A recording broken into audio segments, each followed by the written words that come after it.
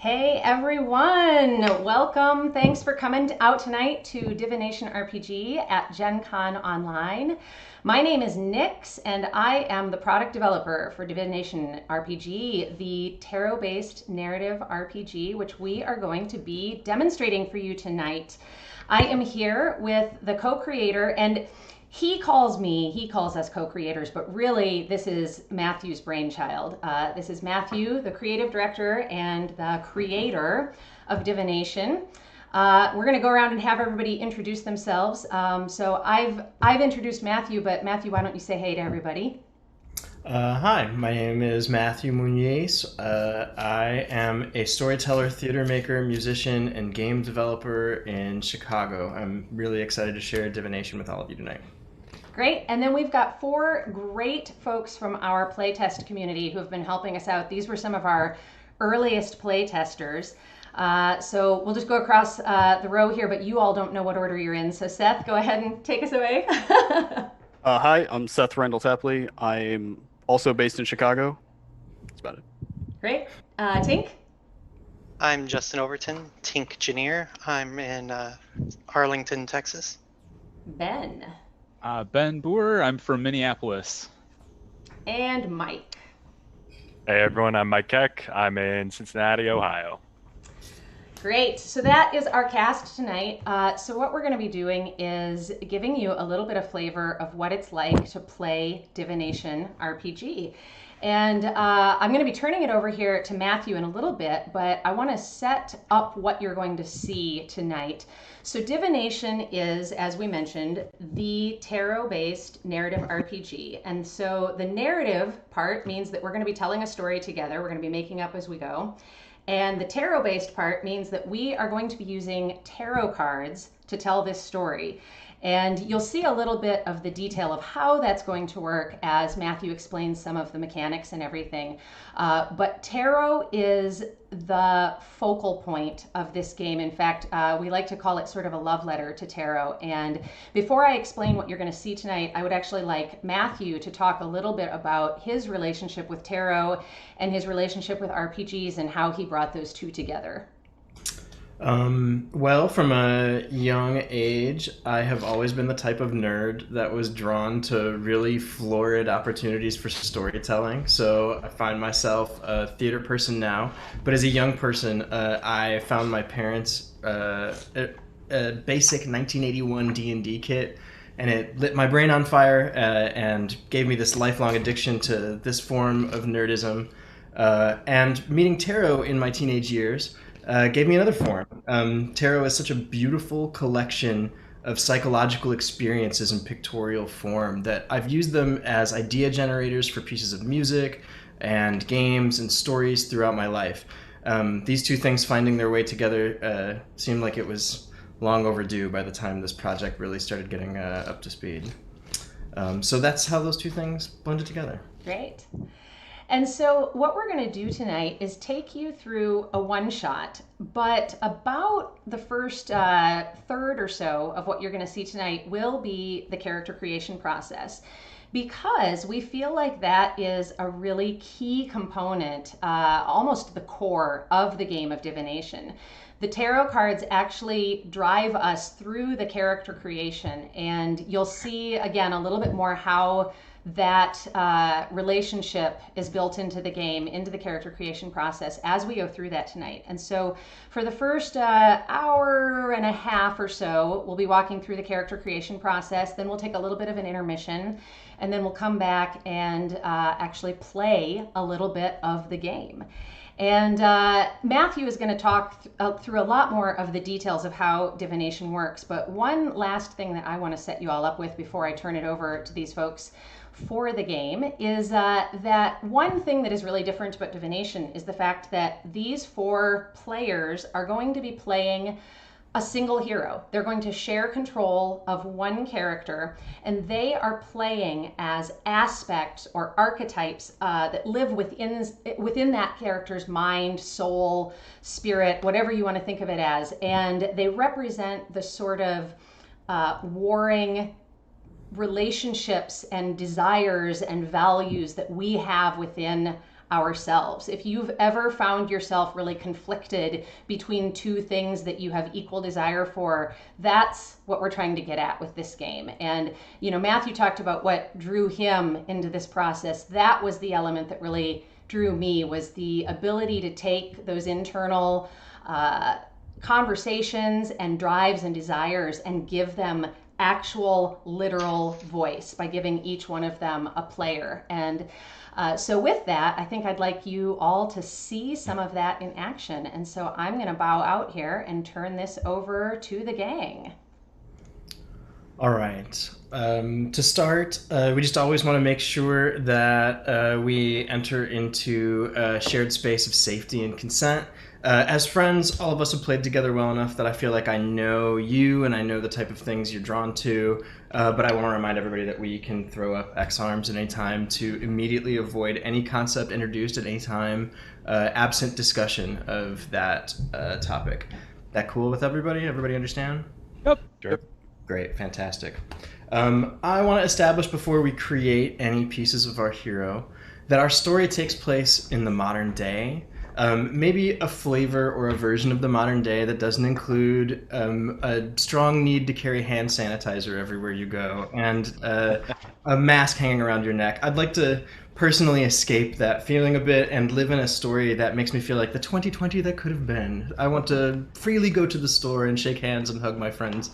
So let's roleplay in that world if all of you are all right with that. Is that cool with everyone? Sounds good. Sure. We've done a little bit of work to take some of the creative time out of character creation in one form tonight, and that's in the fact that these folks have been kind enough to choose their aspects ahead of time. I'm going to show each card and introduce each aspect, and then I'll ask everybody else to introduce themselves a little bit and describe their specific inflection of each aspect. One of the, I think, most fun parts of Divination is that in creating a character, you're creating a creature of the mind, as Nick said. So the version that you will see of the High Priestess, the Magician, the Fool, and the Empress tonight will be completely unique.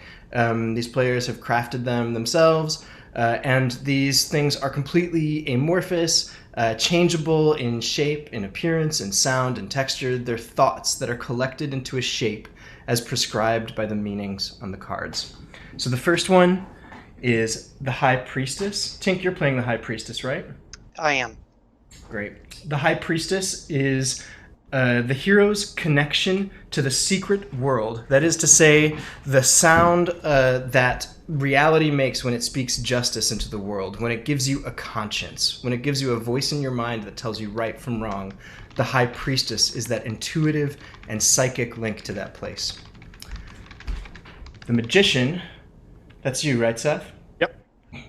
The Magician is a character of great decisive action. Someone who envisions a plan for the world or has a skill or an ambition that will allow them to do the impossible and the will to do it, no matter what the cost is. The next is the Fool.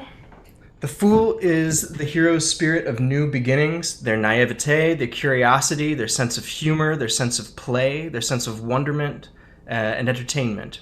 They're a fresh, new spirit. No matter how old our hero is, if they have the Fool within them, they still know how to laugh when things are funny and to make play when it will help lighten a mood. The Empress is the hero's connection to the force of life in the universe, the power that allows us to heal and reproduce and grow. And it comes with all the joy of abundance when life is generous, celebration, beauty, and connection, family. These are our 4 aspects. We're going to explore them more deeply here for a minute. Let's go around one at a time and describe our unique version of each of these aspects. Can we start with you, Tink, and the High Priestess that you're going to play tonight? Yeah, so the High Priestess, inside the mind, has the appearance of a telescope, and the type and size of the telescope is going to fluctuate based on the current mood and thoughts, and it moves around with mice running on little mouse wheels, running a whole gear system to cart around the High Priestess. And then, do you want us to go into the private space and all that too? Yeah, why don't we actually put a little formatting behind this and say, read the prompt. What we're doing right now is describing what these players have done in filling out the background sheets that are associated with their actual playing character sheet. So to help everybody understand what that feels like, will you read the prompt and then read your response? Yeah. So your private space, the outside world is full of secrets of all kinds, but that world is solid and yours is not. Your private space reflects your code, passions, and the secrets you know. What does it consist of? My private space is an observatory that's always pointing to the moon, and with enough time, the moon will reveal its hidden truths. Your code, in the beginning, you were given knowledge about right and wrong before you were even able to make sense of it all. As time went on, you could articulate your code as such.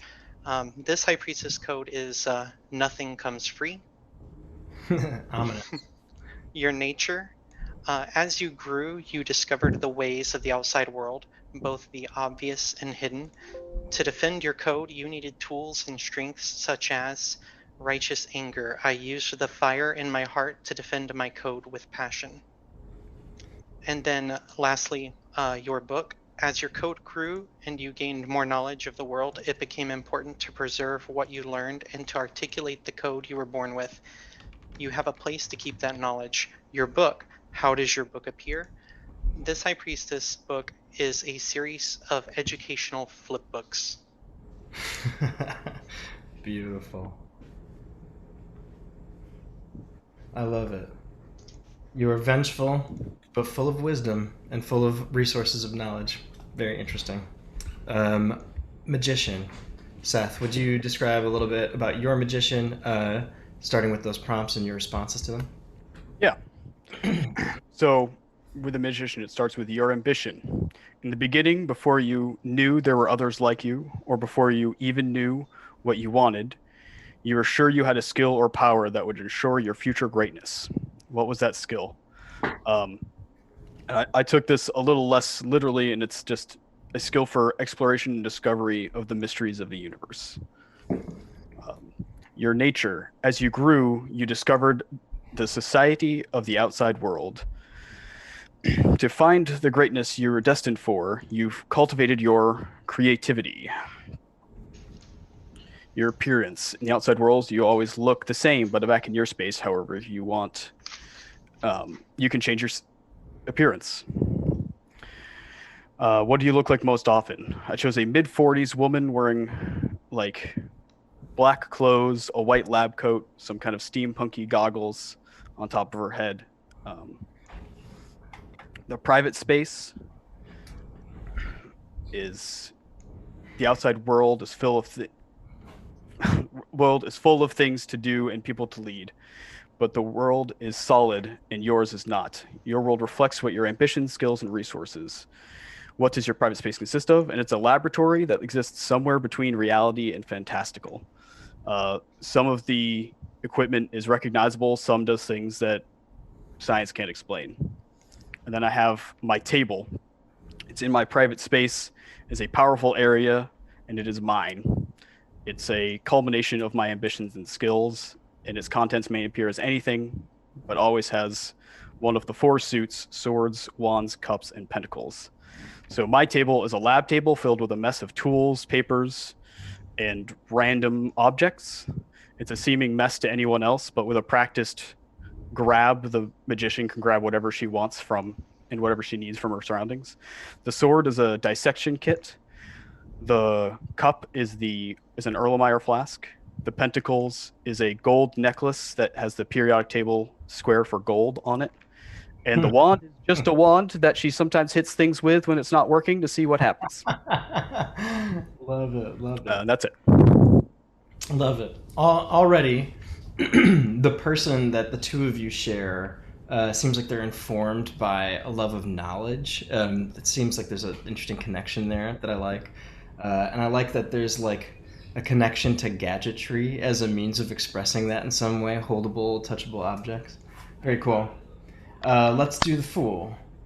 All right. So, in the outside world, you always look the same. Back in your private space, you look however you want, and you can change your appearance freely. What do I look like most often? So the Fool, I imagine them as kind of a young, early 20s, kind of a punk biker look. They have a leather jacket. They have kind of greased backs, swept hair, and they're always smoking. They have a cigarette behind their ear. They have a pack tucked away in their pocket, and just kind of, they never really stop. So they always have a lit cigarette. The private space, so in the outside world is full of surprises and amazements, but that world is solid and yours is not. Your private space reflects your friendships, interests, and passions. What does yours consist of? So my Fool's private space consists of the top of a skyscraper, and the surrounding landscape is always changing. Kind of depends on the mood that they're in or the situations we're dealing with. But it could be a city view, it could be a storm-tossed ocean, blasted wasteland. It just kind of depends. I also have a companion. So in the beginning, before I even knew what I was, I hear the sound of a small creature, and I was greeted by my best friend. What is the name and nature of my best friend? Well, my best friend is a lithe black cat named Stormy, and he hides in my jacket a lot. So we'll see his tail kind of poke out above my collar sometimes, or he'll peek out and hiss at people when he's angry. So I have a cat with me almost all the time. So my nature, as I grew, I heard so much laughter in the outside world. There were many other kids like me, and everybody was laughing, and it was the best sound ever. What do? And I'm funny. I told jokes myself because I like to make people laugh. And the other thing about the Fool is I have a cliff. So the edge of my private space is a dangerous area. It is mine, and it is created by my fears and fears of the world, and it may appear as anything, but it might be something like a mountainous cliff's edge. Despite the danger of this place, you take pleasure in spending time there. What is my cliff? And kind of going along with my private space being the top of a skyscraper, it's the building edge, but it's constantly shifting and connecting to other buildings in impossible ways, and I will often be found balancing on the edge, looking over, dangling my feet over, in a very unsafe manner. Cool. That's the Fool. Horrible, but cool. Lastly, the Empress. Sure. So I'm playing the Empress. So my first prompt is your appearance. In the outside world, you always look the same. Back in your space, you look however you want and can change your appearance freely. What do you look like most often? So the Empress that I'm playing is a heavyset woman with long wavy hair and a wooden spoon worn with use. Her skin and hair color both change frequently, and usually just to whichever cuisine she's cooking at the time, but I'll talk more about the cooking in a minute. The private space. In the beginning, your world was natural and vibrant and completely in balance. It may have taken you a long time to discover the outside world because your private one was so rich and alive in a way that no other aspects is. What is your private space like? So for this, I picked a utopian city, but I went a little bit differently with it. So this is a small, sprawling village. It's the kind of town where everybody knows each other and days pass in a familiar, comfortable cadence. The nature that I picked for the Empress, as you emerged from your private space, you discovered the people of the outside world and found much to love about them. You bonded with them through. I picked expressive talents. So this Empress bonds with the outside world over cooking, which leads into the next question. Your celebration. As you grew, you found a great source of joy in a group activity, and you participate in this with your friends and family. What was the nature of that celebration? It's cooking, if I haven't mentioned that already. It's cooking and the open sharing of food specifically. And then how does that carry over into your private space? So the Empress's quote-unquote throne, if she has anything even resembling a throne, is a large open-air kitchen that's near the center of this town, set up with long tables that she continuously covers with food. Pretty much anytime she's not in the shared space that we all kind of congregate in, she's at this open kitchen cooking for anyone who drops by. The tables are always full of meats and sauces and fruits and soups and everything just steaming and sizzling. Cool. So, very interesting. I think this is an interesting person already because 3 of the 4 aspects of their mind have taken humanoid form, and 1 is a giant telescope. There's something that I find charming about that. I like that everybody has interests and passions and pursuits. The next step of our game will be figuring out how those informed the life of the human that all of you share. But before we do that, I want to take a second and put you in the mindset of your sibling relationships. If you've made any decisions about those already, we can share them. If you want to take a second and think about any of those that might apply to you. Sibling relationships at this stage are brief fill-in-the-blank sentences that help the players get a sense of what they think about each other in their own mind at the time we start the story. These are living documents and may change at any time. Does anybody have any sibling relationships they want to announce? Absolutely. Please, why don't you start? One jumped right out at me. I haven't picked the other two yet, but I absolutely have one of these. And I keep an eye on the Fool as they require my defense. And I think that the reason for that is that the Fool is just so precious and innocent in a very not vulnerable way, but you know what I mean by that. Let's see. It's hilarious because the one I picked for you was when something interesting happens, I expect the Empress to be lame about it. I feel like that fits. I feel like that's a very it's very mom's son. Exactly. That's exactly what I was gonna say. And we had even mentioned offline that like the Fool often sneaks into the Empress's private space to steal pies off the windowsill, and she kind of puts out his favorites when she knows he's coming around. Aw. Any others that you want to share, Mike? No, I'm still picking the other two. How about you, Ben? Yeah, I have two other ones. So I just enjoy. I love to get a laugh out of the High Priestess because something about trying to make a telescope laugh really tickles me. I don't know if it's like the mice that like laugh or what, but we'll find out. So cute. We'll find out.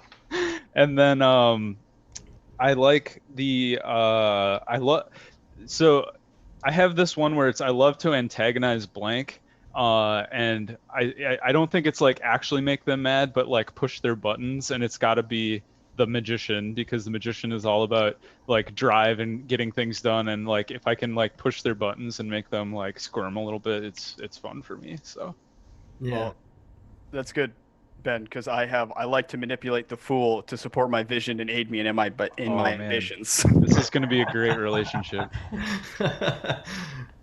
Perfect. Very good. You want to keep going, Seth? You have any more? Yeah, I got my other two.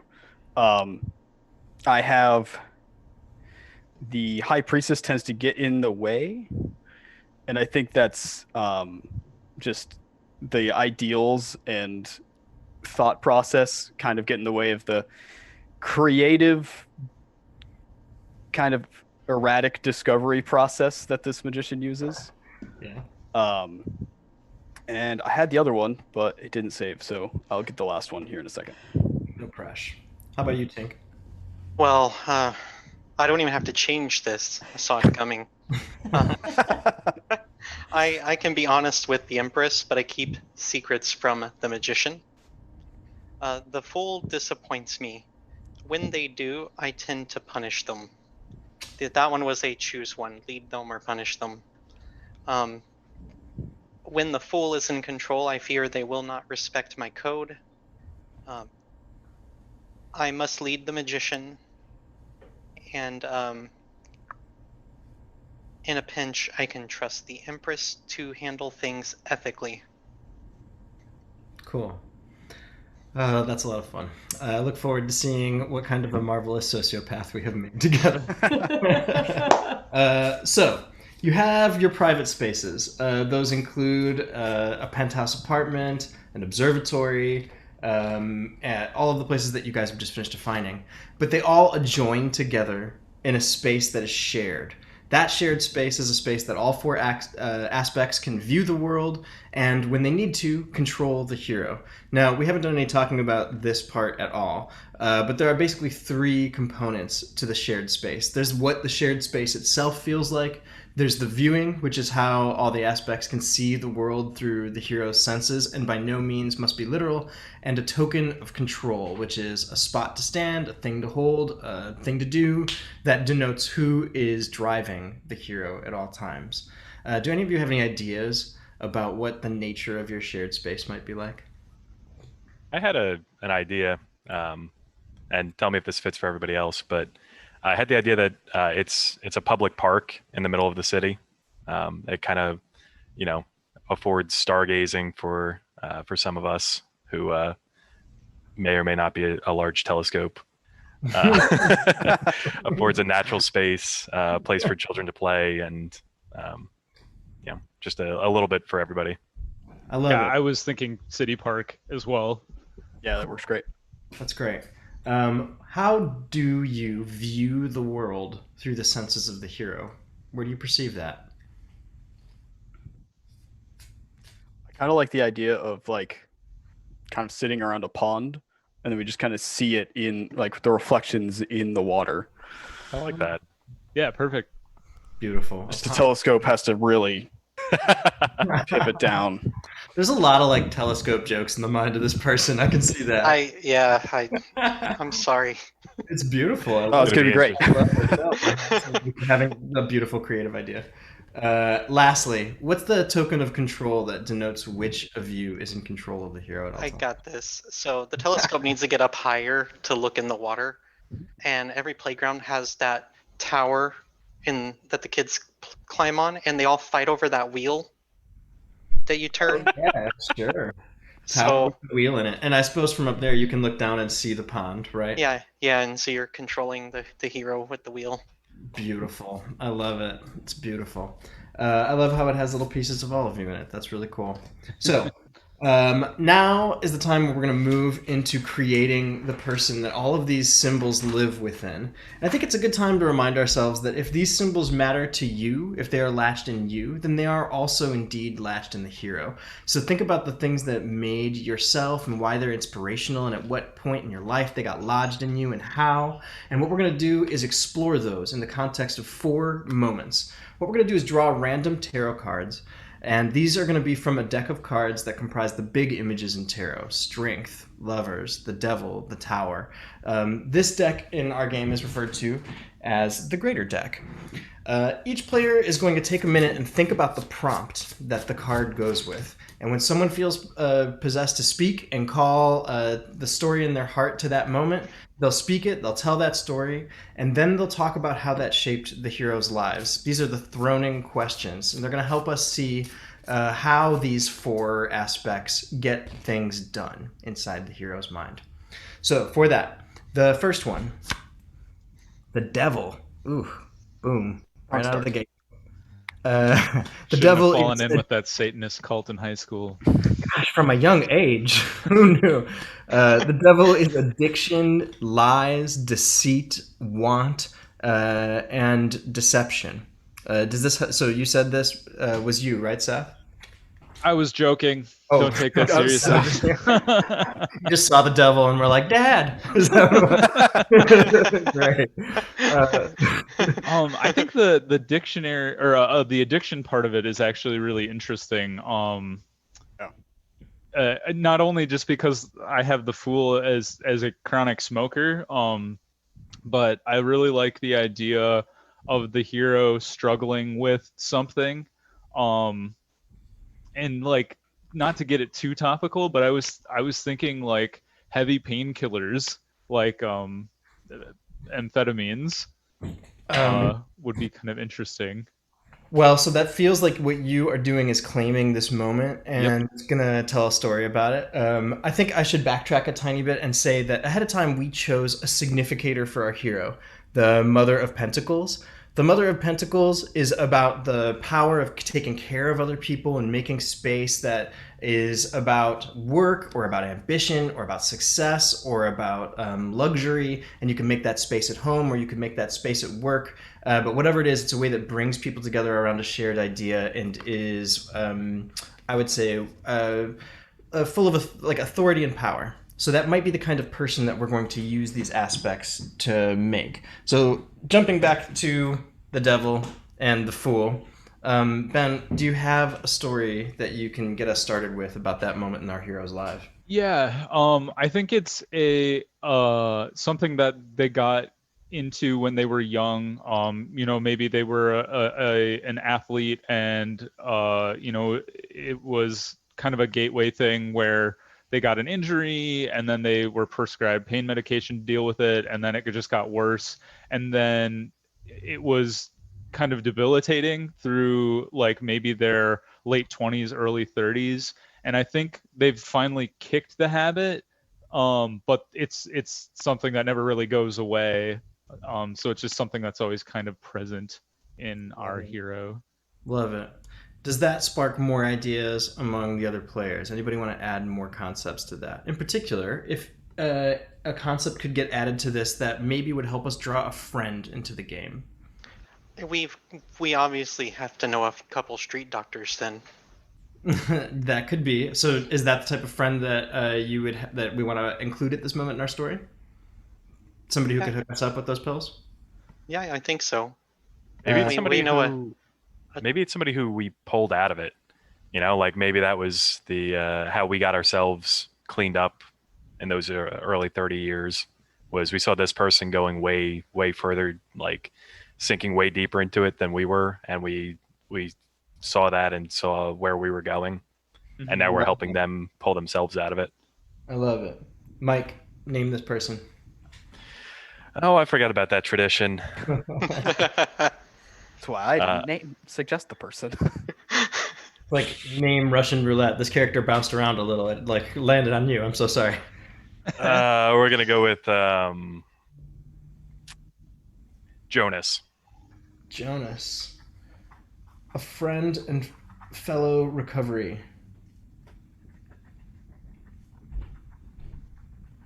I'm going to draw a card from our figures deck to help us understand Jonas a little bit. No whammies, no whammies. Mother of Wands. So similar to Mother of Pentacles in a lot of ways. Mother of Wands is about warmth and deep love and ferocious guardianship and the inspiration that draws you to connect really deeply with people and love them very deeply. So where yours is a lot about fostering space for people to accomplish and devote themselves to a goal, this is a person that bonds and defends those that they bond with. So it looks like Jonas is a person that you went through some tough times with and came out with a true, real friendship. Does that sound right? Yeah. Cool. Great. After identifying a story of a moment, the player that seized the moment will choose 2 skills on our hero sheet. A hero sheet has a collection of skills that are arranged with the suits in mind. The pentacle skills, there are 3 of them: negotiation, crafting, and education. Sword skills, stealth, deception, perception, and so on. These skills are sort of grouped around the way tarot treats the suits. The sword skills, stealth, deception, and perception, feel kind of like rogue skills. But the truth is, they sort of have to do with the content that makes up the suit of swords, which is all about intellect and wind and seeing your way to the heart of a problem and being able to navigate through it, regardless of morality, knowing yourself that your own power and judgment is what can make a difference in that case. Likewise, wands are fire, and here you'll see athleticism, strife, and command, the ability to use the fire within you to overcome your problems and create strength within you. We have cups, which are about emotion, and we have artistry, focus, and empathy, the ability to use your emotions to create works that touch people, or to control them to accomplish difficult tasks, or to use your emotions to sense how other people are really feeling. So one by one, after we finish these moments, our players are going to choose one of those 4 suits, one of those 4 cardinal directions, to be the throne of, which will make them a little better at those skills. So Ben, what do you choose? Was it 2 or 3? I forget. 2 skill blocks anywhere, one of which must be in your throning suit. I'm going to go with focus, and then I'm going to go with empathy. Great. That makes you the Throne of Cups. And I've marked those things on our sheet here in the west. Second moment. We ready? Oh, yes. We need to go back. Great. This is a moment where we're going to consider the hero at a moment of great vulnerability when they have either before our last moment or after, where we connect ourselves to a moment where the hero was made very weak, maybe again, or maybe as weak as they've ever been made. Here's our prompt for that. Strength. Little hard irony to lean into there.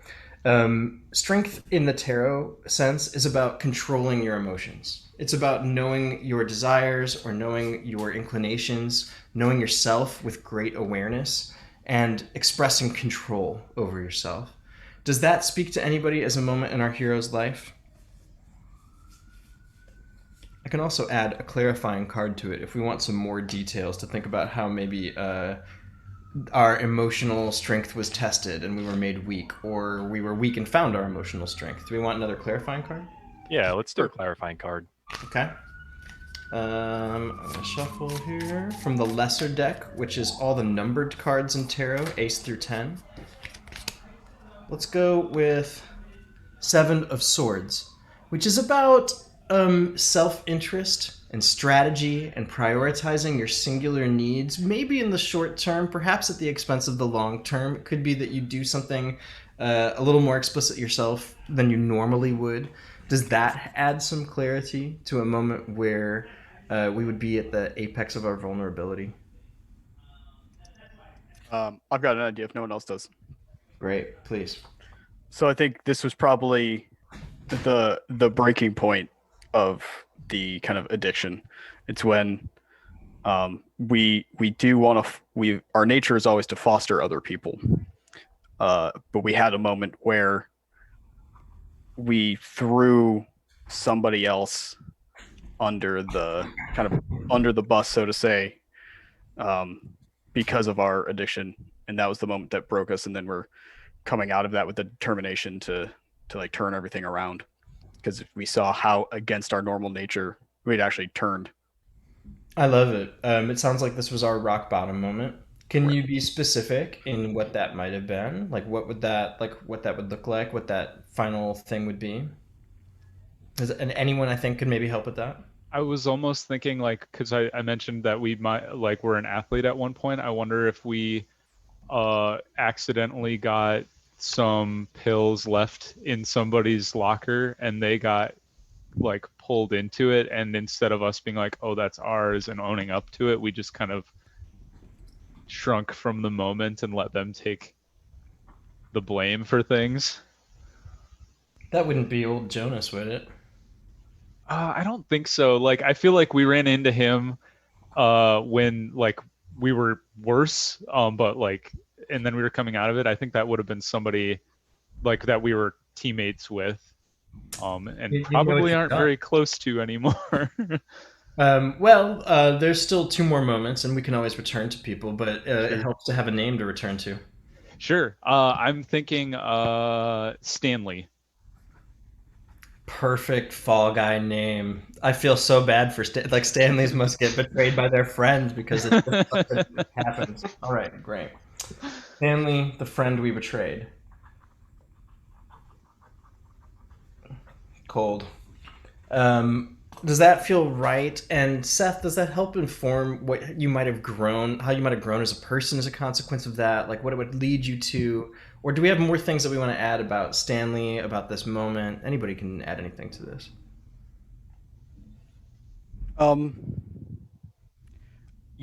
Yeah, I think I've got enough to choose some skills based off that moment. Great. What do you choose? I'm actually going to choose deception. Mm-hmm. And I think just because of the themes around it, I'll take athleticism as well. So I'll do throne of deception of sorts. Great.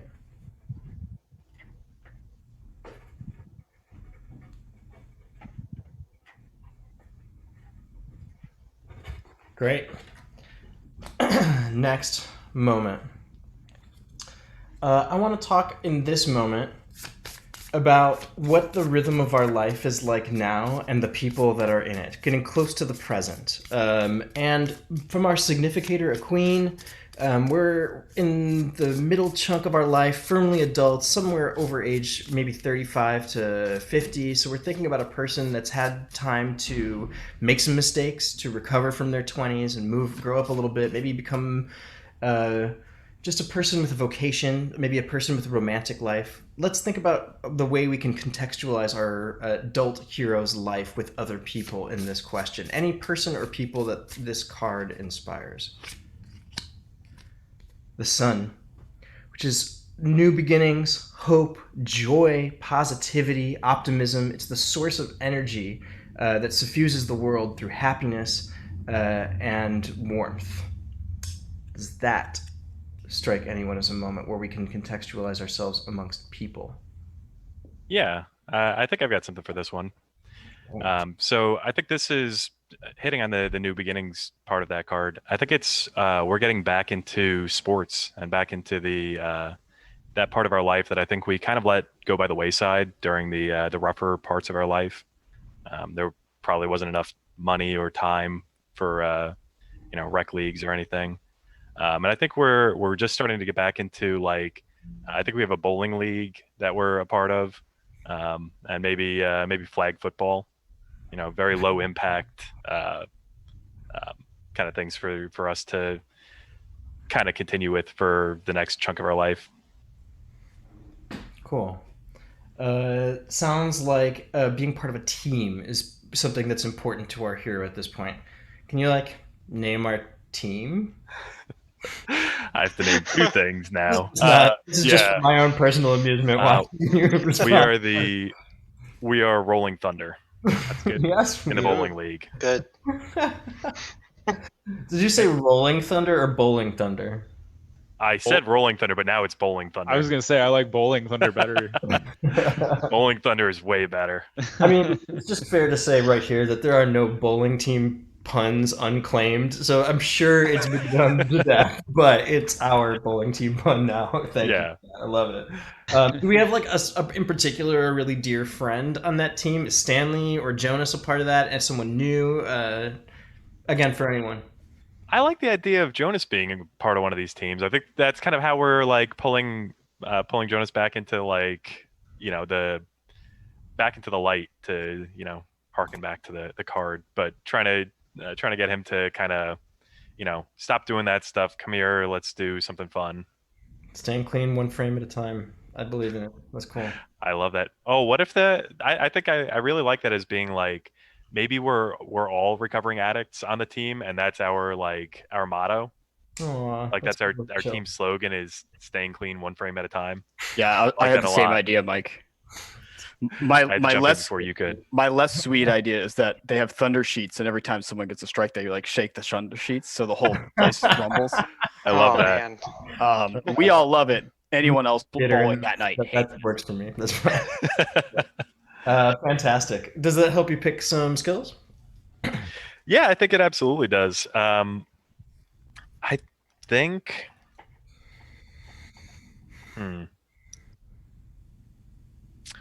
I think I'm gonna go with. Oh, I'm really torn on. I know I want to take command, so I'll say that one for now. And I'm very torn on what the other skill is, because I love the idea of taking inspiration. I feel like that's a very team-oriented skill. But yeah, you know what? I am going to go with that. I was also looking at some of the ones that are under athleticism, but I think inspiration is more what we're going for here, because we're not looking to be we're not playing tackle football and knocking people aside. We're, bowling is all about heart, I assume. Yeah. Believe in yourself. That's why I'm so good at bowling. Bowl with your heart, not with your hands, but also with your hands. Cool. That's the famous quote from our bowling league instructor. That's what we have on the back of all of our shirts. Bowl with your heart, not with your hands, but also they're the worst team in league history, but we got their hearts are in the right place. They've got that real underdog. Never won a game. Hey, if I know anything, show up to everyone. If I know anything, we're going to win the big championship at the end of the year against the preppy. I'm not going to finish that statement because you'll make me name a preppy boy too. I really hope that he prepared this adventure to be one of those movies where you're the underdog team. Yeah. It's like dodgeball, but bowling. Yeah. I was gonna say if we have to. I was gonna say if we have to name the other team, it's Globo Gym. Like that's just right there, low hanging. I have a name that I'm holding on to. If I ever. All right. So, Mike, that makes you the Throne of Wands, right? Yep. And you're the first one to choose an area of expertise. So, just for people that are interested in this game mechanic, we have skills that mark like a broad swath of training, and then some of them are deeper expressions of skill, like inspiration under command. When one of the players uses the hero to use their command skill and inspire people, they will be even better at it than if they were simply to just command them. Last moment, by process of elimination, this goes to you, Tink. You ready? No. I'm going to leave Give you a moment to compose yourself. I'd like to use a slight prompt with you here. This is I'd like you to help me think of a place you visited out of the ordinary that was meaningful to you near the start of our story. It doesn't have to be at the dead start of our story, but in the last 6 months. A place you visited that was meaningful to you, maybe with friends, maybe with new friends, maybe alone, whatever. Just a place. Can we think about that for a minute? With this prompt. You ready? Oh, this is the wrong deck. Not that one. Anticipation is building. Drum roll. 10 of spades. What? Roll. The wheel of fortune. The influence of luck. The hand of fate pushing you into one path or another through circumstance. This is not necessarily drastic, but it is outside of your control. Does that inspire something, or do you want to detail as well? We got convinced to go cave diving. And we found something shiny, and you're not supposed to take anything, but I mean, it was treasure basically, so finders keepers, right? So like, what was the nature of this shiny thing? Um, You're gonna have to name it. I mean, we could just keep calling it shiny thing, but the tiniest detail would be very The interesting. all-powerful sword. I want to say pirate treasure, but it's not pirate treasure. That's you'd normally expect that. I don't know. We probably just found something someone lost on the previous dive, like a ring or something. I like it. A ring from a previous dive. That sounds like a good bit of luck. Yeah, we so do this- we're married to the cave. Did you do this alone? Were you with people? Cave diving. You weren't. No, I think we got convinced to go do it with Jonas did it. Let's avoid naming people. Is that what that was? Yes, that was. Yes. Okay, Jonas. But let's put one more human being in our character's life. This can be Stanley. We can be done naming people, I promise. But I think we need one more person crazy enough to dive in a cave, just so it can be 2-on-1 to convince you to do this. Like, who could that person be? We got a Miriam from Me? the random name generator. It's canon. Right. Oh, I do it. And Miriam is the one that convinced you to cave dive. Very interesting. I'd like to pull a significator from Miriam so that we can add some personality traits to this person. I really hope it's somebody diving. Another mother, third mother of swords. Someone perceptive, shrewd, no nonsense. Someone who sees their way to the heart of a thing and makes it happen. A person of action. That is Miriam. How did we meet Miriam? They're on a rival bowling team. Ugh, yeah. They always win, but they're really friendly, and they're like, it seems like they're being patronizing, but they're not. And we sometimes do other stuff with them, but deep down inside, we know that they're the enemy. And that moment came where we needed another bowling team name. This is brilliant because it's the Holy Rollers, and they're all like, it's Catholic nuns and priests, and so That's Miriam fantastic. is clearly a nun. I love that. Sister Miriam, I love it. this actually kind of feeds into a thing I was thinking too. Is that part of the reason we went to this diving thing is that I think us and Jonas like approached Miriam about trying to like create a bigger partnership as far as expanding the reach of our like bowling for good kind of bowling for health initiative. So I think we're trying to like kind of become the three heads of a kind of bigger field in like a bigger organization. Cool. I like that a lot. Very cool. So, that. Any other details we want to add to this cave dive? We took this ring home and we kept the ring. Did Miriam and Jonas know we took the ring? Did we have any feelings about that? I was thinking no, but I was also thinking we found it when we got lost in the cave, which is terrifying in cave diving. So I don't know what you guys think about that. I like that a lot. Yeah. How did we get found? What did that feel like? What did that leave us with? I think it was just kind of random happenstance. What I know about cave diving is there's usually a line that you're supposed to follow, and like the worst thing that can happen is like a cloud of dust gets kicked up, and that happened just like there was a random like rock fall, and we let go of the line and we went the wrong way, and we've wound up in this pretty expansive underwater cave, which is where we saw this ring, and we were like, well, we're all alone, might as well take something before I die. And then we saw a flashlight coming through the cave, and we ran back into them, and it was like a really big relief moment, but also we had this moment where we were like, well, this is the end. Cool. But I don't know.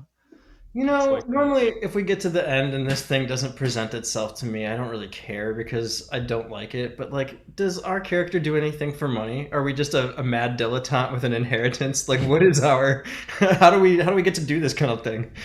When I was going for addiction, I was actually thinking like when we pulled ourselves out of it, we went back to school and we became like a guidance counselor. But like we took it on ourselves to like, that's how we like have Jonas now, is like we're helping other people with their own addiction, even though we're still struggling with ours throughout life. So like a school guidance counselor, or like no, the Tiger King? Oh. I do really like the school guidance counselor, because that's where our addiction started, was in high school. So I think that kind of ties it up pretty nicely, as we're going back to try to help these kids who might fall into the same trap that we fell into.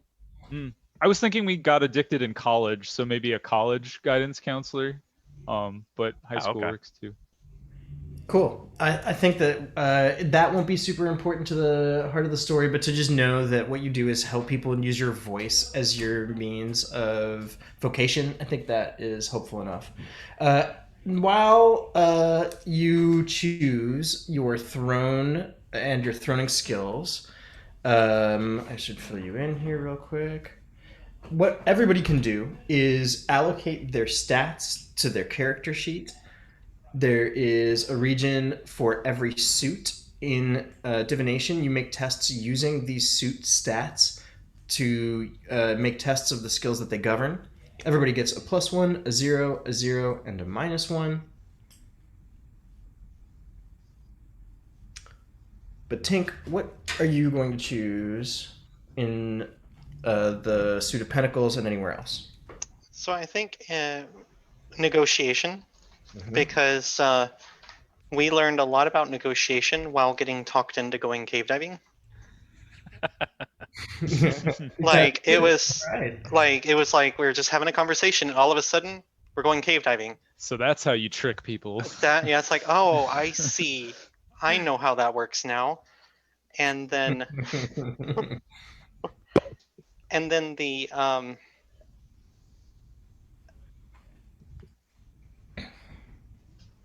I think after that we what fits the scene would be perception. Great. So to recap our hero, we have skills trained in negotiation, focus, empathy, athleticism, command, perception, and deception. And we have an area of expertise under the command skill in the form of inspiration. Seth is the chair in the east, throne of swords. Mike is the chair in the south, the Empress, the throne of wands. Ben is the chair in the west, the Fool, the throne of cups. And Tink is in the north, the throne of pentacles, and is the high priestess. Lastly, last thing we do to put the stamp of finishedness on our hero is give the hero gifts that help fully define their identity. We start with the throne of wands. Mike, what's our hero's pronouns?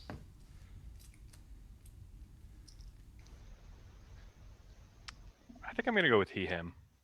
Great. Throne of cups. Ben, what's our hero's exact age? 36. Great. Throne of Pentacles.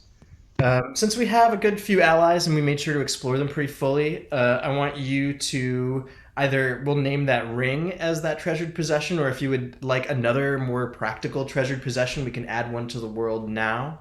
Will you give the hero a object, something they love? Treasured possession.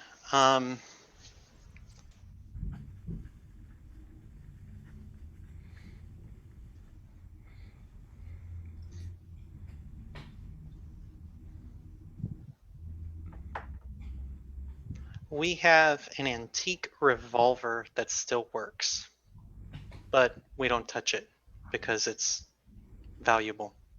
Like Was a nice, our like, pearl great handle. grandfather's. Yeah, pearl handle, everything. I love that. Considering what I have in store for you, I'm fairly glad you chose to take that. That's great. I think I was you'll thinking have much ahead. more of my That's side knowing that terrifying. you I was hope we thinking, have a lot what of could bullets. happen? Antique and functional. You were gonna be commanding all your problems away a minute ago, so good call. Very good. That was great. Last and most difficult gift. Throne of Swords, Seth, will you name our hero? Almost got away without having to come up with a name during character creation. So the name generator says Spencer. Spencer with an S or a C. Spencer. Love it. And if anyone calls us Spence, it's time to fight. I was going to say it's time to get the revolver. Yeah. That's that was our sports pretty name. trouble. You know, when we were Oh, an I like athlete, that. we went by Spence, and we've Aw. eschewed that. Oh, that's kind of interesting because then people like from our past might not have caught up with the name change. Oh, that's true. Yeah, that's interesting. Like you have a little delineation in your life, the beginning of which was the Spence life, and or is it the Spencer life? Were you Spence previously and Spencer now? Is that right? Yeah. Yep.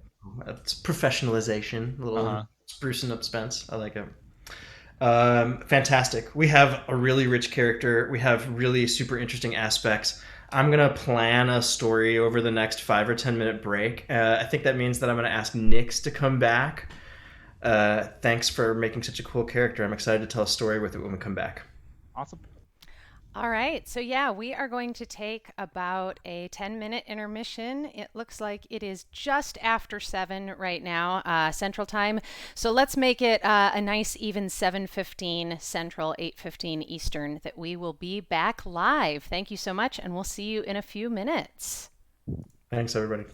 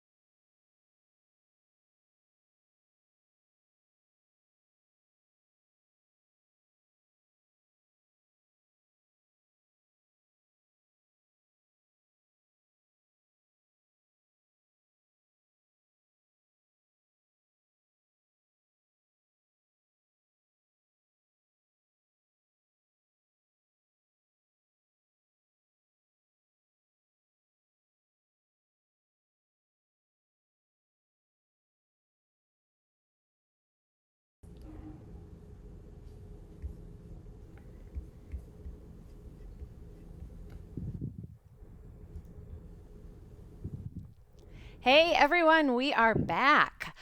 So hopefully your drinks are refreshed and your popcorn is ready because we are now going to turn it over to this character, this hero that we've created with these interesting aspects inside of him, and hear what kind of adventures and mayhem Matthew has in store. So, guys, take it away. All right, our story is going to begin on a rainy night when your phone rings with the familiar ringtone, vibration, whatever you have associated for the thread that you keep with Jonas and Miriam. The three of you have had a thread since maybe the caves, when Miriam went from being like a bowling friend, like a new friend we talked to a little bit in that space, to like a friend we might almost die with in a cave full of water. And so, as such, you're the type of people that can text each other. You become those type of friends. So it's a text on that. It's late. And you weren't expecting it. It's later than you typically would be texting to joke around with each other or just chit chat or share observations, so it's a little unusual. The first person in control is going to be Tink, our high priestess, as a gift for being the last person to answer a question in the character creation phase. So, as such, all of the aspects can hear and experience the things the hero is experiencing, but only the High Priestess, only Tink right now, can speak with the hero's voice and take actions with the hero's body. So, what do you do, Tink? So, I'm gonna look at my phone. You look and you see a text saying, I know it's short notice, but let's get coffee tomorrow morning, 9:30 a.m., cafe at the end of the world. You know that little joint. They have really nicely hipster-treated eggs with potatoes, and you do that, but you are besmirching some really good breakfast food. Maybe the other aspects feel differently about the selection. But that's the proposal. It is super short notice. It's impulsive, and that's not out of character for Jonas, I don't think. But it was unexpected. Feels a little weird for it. Let's call it like 11:45 at night. What do you think? Yeah, sure. You send back thumbs up, and get a good night's sleep. The rain seems determined to stay in the summer here. It's been a humid, muggy summer in Chicago, and you find your way to the cafe at the end of the world, which is a little neighborhood cafe with a lot of outdoor seating that's all packed up right now because of the nasty wet spell. But you are the first there. You're shown to a little place. Do you drink coffee, tea? I think we'll order a coffee and non-hipster eggs. There is trendy music playing, and the sound of people tapping on their laptops around you. The sound of people washing dishes in the kitchen. A place that's quiet but productive. Miriam is the first to arrive. How do all of you feel about Miriam? And to answer this, let's contextualize ourselves a little bit in your shared space, in your park. All of you know this is weird. All of you know this is unusual, and that knowledge is enough to bring you together in the park, where you can look down at the pool and see the cafe at the end of the world through its rippling reflection. And Miriam coming through the weather enclosure and then in through the front door with a little jingle. What do all of you think of Miriam personally? She's nice. I don't think the Empress knows enough about her to really form a concrete opinion just yet. But I think I think the Empress always kind of gives the benefit of the doubt. This is a person who hasn't proven themselves to not be a good friend. So why don't we treat them like one until we find out? She's got a good eye. She's a better bowler than you by far. So if that's enough to even formulate opinion, you can run with that. What is cool is like adventuresome, someone who like sees with a shrewd eye what people are really sort of about, and has so much outward directed force in that way, and just being able to see that maybe it would make someone like you flinch a little in such a gaze. This is someone who might be able to see your weakness a little without having to talk about it. What do you think about her? I think the fool really likes her. Like ever since we went on the cave dive, he might have been the one to be like convince the other three that it was a good idea. And so because she suggested it and was also kind of a voice to bring us along, I think he he thinks she's great. Cool. Yeah, I think the magician feels the same way. She's like all about this like crazy outward energy, and that like really resonates with the magician in this like discovery of new things. I don't think the magician really had to be convinced as well to go, because like you never like new adventures, new explorations, new things to learn. Was like right up her alley. Cool. She comes in, she shakes a little of the moisture off her jacket, throws it on the back of the chair, and swings around and gets a cup of coffee and warms her fingers around it. As she does, she says, is this normal for you two? I didn't know Jonas to be such a morning person. I mean, we couldn't get him up for the cave thing without banging pots and pans, so... Out of character, as far as you're concerned? I mean, Jonas is kind of all over the place, so could be normal. Normal would be abnormal. Good to hear. How are you doing? Are you doing okay lately? Yeah, I think I'm doing great. I mean, work, sleep, coffee. And at that, there's another little jingle, and in comes Jonas. And Jonas is carrying some like nervous, quick energy. Somebody who's already been up having cups of coffee already is your thought. Let's make a test. Let's see if we can use either your perception skill or your empathy skill, your choice, to get a read on Jonas's body language and get some information out of this entrance. What would you like to use, Tink? You're the one in control. Let's do perception. Great. You're trained in perception, which is going to give you a slight advantage. But first, we should determine that this is a test of passive nature. There are two types of tests in Divination, active ones and passive ones. Active ones are about you acting on the world and look for high numbers in the lesser deck. Passive tests are tests sort of on the world acting on you. Like in this case, you see something, do you notice what's special about it? So in that case, we're looking for a low number. If it turns out to be a swords, you'll get a special benefit. And if it's as far away from success as it can get numerically, it will be a disaster for you. So let's test perception. Right now, with your 1 point in perception, we can nudge this around a little bit using a method called swing. Do you have any points in your sword stat, Tink, by chance? No, it's 0. So we're limited to the point granted to us by the skill. What that means is that ordinarily success would happen on an ace to 5, but now success will happen on an ace to 6. It got a little bit more likely because of our training and our perception skill. So to do that, Tink, will you tell me when to stop shuffling with the understanding that there is a slight lag, so you must say it a micron earlier than you actually want it stopped? All right. When? The 8 of Wands. The 8 of Wands is about danger all around you, but having your bearings, having your hope, keeping the light on sort of in the face of darkness and around things that scare you, and that is not a success. So we're going to fold this feeling into the nature of this failure. Unless anybody wants to mess with this or mess with this card, this failure would mean that Jonas is like way too jumpy to really get any other read than jumpy, which is not generous in information. May I retroactively activate an ability?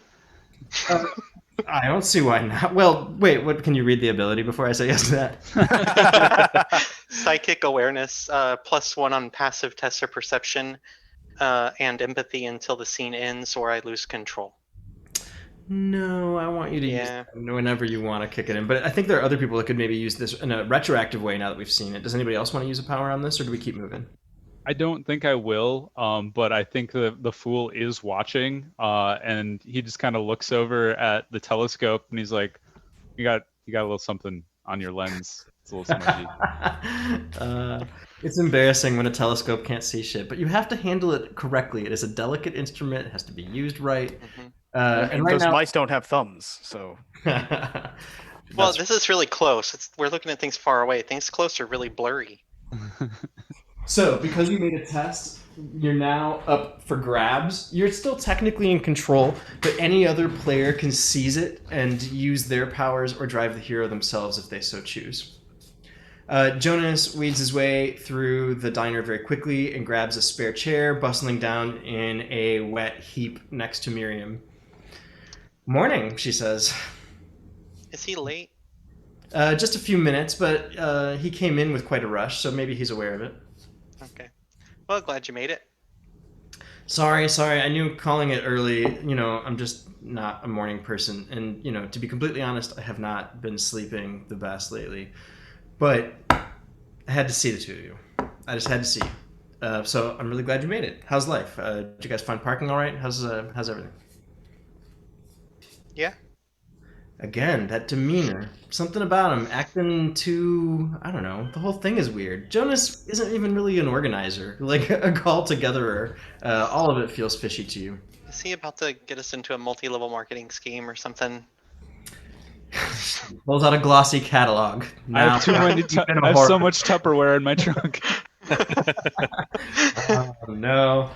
No, food comes, you order something, you get some beverages in you, and Jonas says, look, I just had to see you because I'm starting a business venture, and it's really exciting, and I don't know, listen, I'm on fire about it, and I needed to tell some people, and I'm going to go log a really long day of work, and it's you two. I just want you two to know that,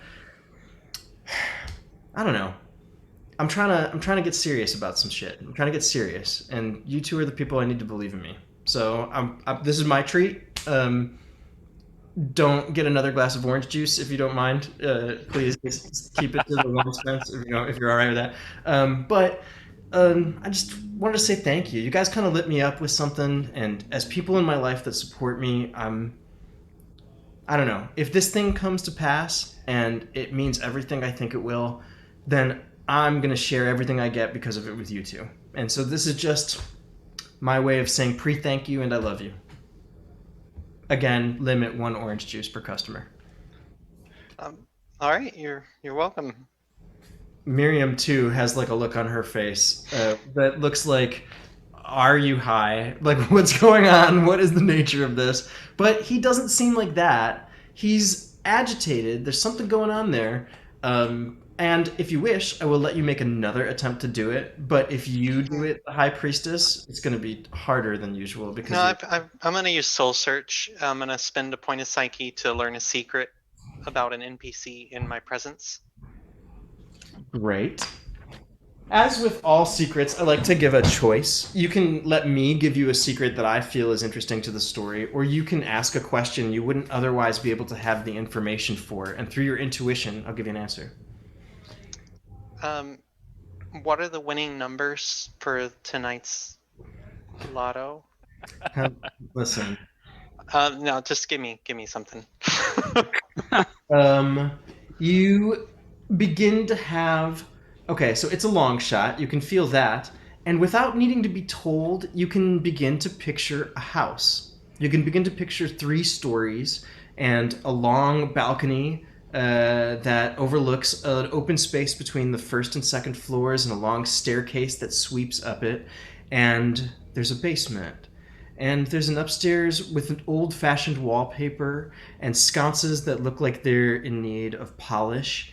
And the whole place is of value. You just feel the word value punching you in the brain. And of course, that's what you see in Jonas, is a serious venture, not without risk, impetuously taken.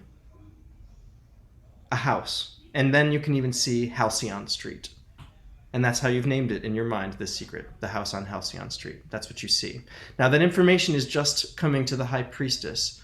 Back in the park, you have the option to share that and discuss it with your fellow aspects. Are you interested in that, Tink? Yeah, let's bring it inside the park. So the telescope is like turns into this giant bucket telescope that's pointing at the pond and like really zooms in. Like any of you like look inside, there's a big mirror in the back and your head is like enlarged, and it's like, oh. And this giant bucket telescope looks at one of you and then all of you, and somehow says, I don't know how it talks, says I think he's about to flip a house. Maybe he can pull it off, I don't know, but it looks like it's worth something. Let's do it. That's great. he could use an opportunity to work with his hands. Yeah, He so rarely takes the initiative. Why don't we kind of foster that? yeah, I'm not so good at the fostering of that. Just the Empress maybe want to grab the wheel. Sure. And yeah, I'll walk up to the top of the tower and start playing with the little plastic wheel. And the telescope goes down the spiral slide. Yes, down the slide. Great. Jonas is looking at you with eagerness mixed with expectation, again with a little bit of a nervous tap in his right hand and a little bit of a twitch under his left eyelid, suggesting that there is more to this, that the risk part is also something that dances along his nerves as he discusses this opportunity. And you see Miriam's face like a slowly melting version of skepticism. Bacon and skepticism. That's Miriam right now. What do you do? I want to try to talk to him, just kind of like steer the conversation back to this after we've kind of talked and munched a little bit. Maybe when we're about halfway through that one glass of orange juice, just try to steer the conversation back to this and say, Jonas, that really is great. I'm really happy that you're able to do something like this. Like it's great to have an opportunity like that after everything that we've been through. Man, I'm just trying to get past the squishy part of my life. I want to get to the sure part. I don't know. Look, I never thought I would be the kind of person to survive a cave diving experience. And Miriam's like, that's how everybody feels until they do it the first time. He goes, well, I don't know. It just made me kind of think that, like, the people you surround yourself with, they're the ones that really define your experience. They're the ones that, like, define your reality. And I gotta give something back to you two for that. I mean, we have been together a lot, but that's you too, Mir. I mean, like, I don't know, just bowling together and then the strength that, like, I'm gonna get gushy. I don't want to get to that point. Just eat up and feel my gratitude and look forward to your ducats, because I will be throwing them from the balcony like some kind of vizier who has ducats. I'm gonna be that guy. I'm gonna do that for you. Well, that's great. I do look forward to the ducats, but you don't owe us anything. We're here for you because we're your friends, and we're gonna keep being here. All you got to pay us back in is friendship. Well, hold up. I mean, hold like, up. I like money too. Yeah, hold up. I mean, The if he Empress wants is to gonna pay turn us back back, from the wheel and just shh, no backseat driving, and go back to the wheel. She's scary when she does that. For being so warm, she can really turn on you. I mean, like, we can't just live off of friendship, right? Not a thing. It's magic, apparently. Yeah. Don't go into that. You finish your meals, you finish your coffee. At the end, before getting up at that, like, sort of weird, psychologically cued place where you just sort of know that your brunch is over and it's time to think about getting on to life, really impetuously, Jonas hugs Miriam and then hugs you. And maybe you don't hug a whole lot. Maybe Jonas doesn't hug a whole lot. I won't speak for you, but Jonas and you don't hug because Jonas isn't a huge hugger. And you feel like you're, I don't know, he's so full of jittery energy, you almost feel it in the hug too. But it's there, a quick gesture, and then your brunch is over, and you part ways. And Before we end the scene, as we're leaving, I kind of want to pull Jonas back a step and, like, wave to Miriam as just a, hey, well, I'm gonna chat with him for a second. She says her goodbyes and makes her way out. So it leaves you alone with Jonas. I kind of want to turn back to him and say, hey, weird question. I notice you're a little bit off. Like, you're okay, right? I mean, risk reward, baby. Like, I'm okay, but I'm gonna work. I just have to work really hard. I gotta work really hard for this, and it's not gonna be possible without you. I just hope you understand that. Like, at some point, I think it's gonna get tough, and when it does, I'm still gonna tax this friendship. I feel terrible about it. It's more than brunch can cover, but I'm not just doing this for me. I'm doing this because it's possible and because I have debts to pay to you And to her. You know, she's one of the good ones. Yeah, don't have to tell me. But So, look, if it's something that I can help with, I want to help you out. You know, that's what we're here for. That's why we're on this team. We're helping each other out. If it's something that I could even possibly help out with, just tell me what it is. You know, I don't want to. You know how bad stress is for people in our situation. This sounds like maybe an opportunity that you could be using a skill in an active way to coax one more piece of information out of Jonas. Do you want to try that, or are you I saying sure it do. solely in the spirit of hugs and kittens and love? No, I was absolutely trying to trigger empathy. Fantastic. Let's make an active test of empathy to see Cool. if you can get a little more information or deepen your connection a little further with this character. You have 1 point from training. Do you have any points in cups? I do. I have 1 in cups. So you have 2 points in swing.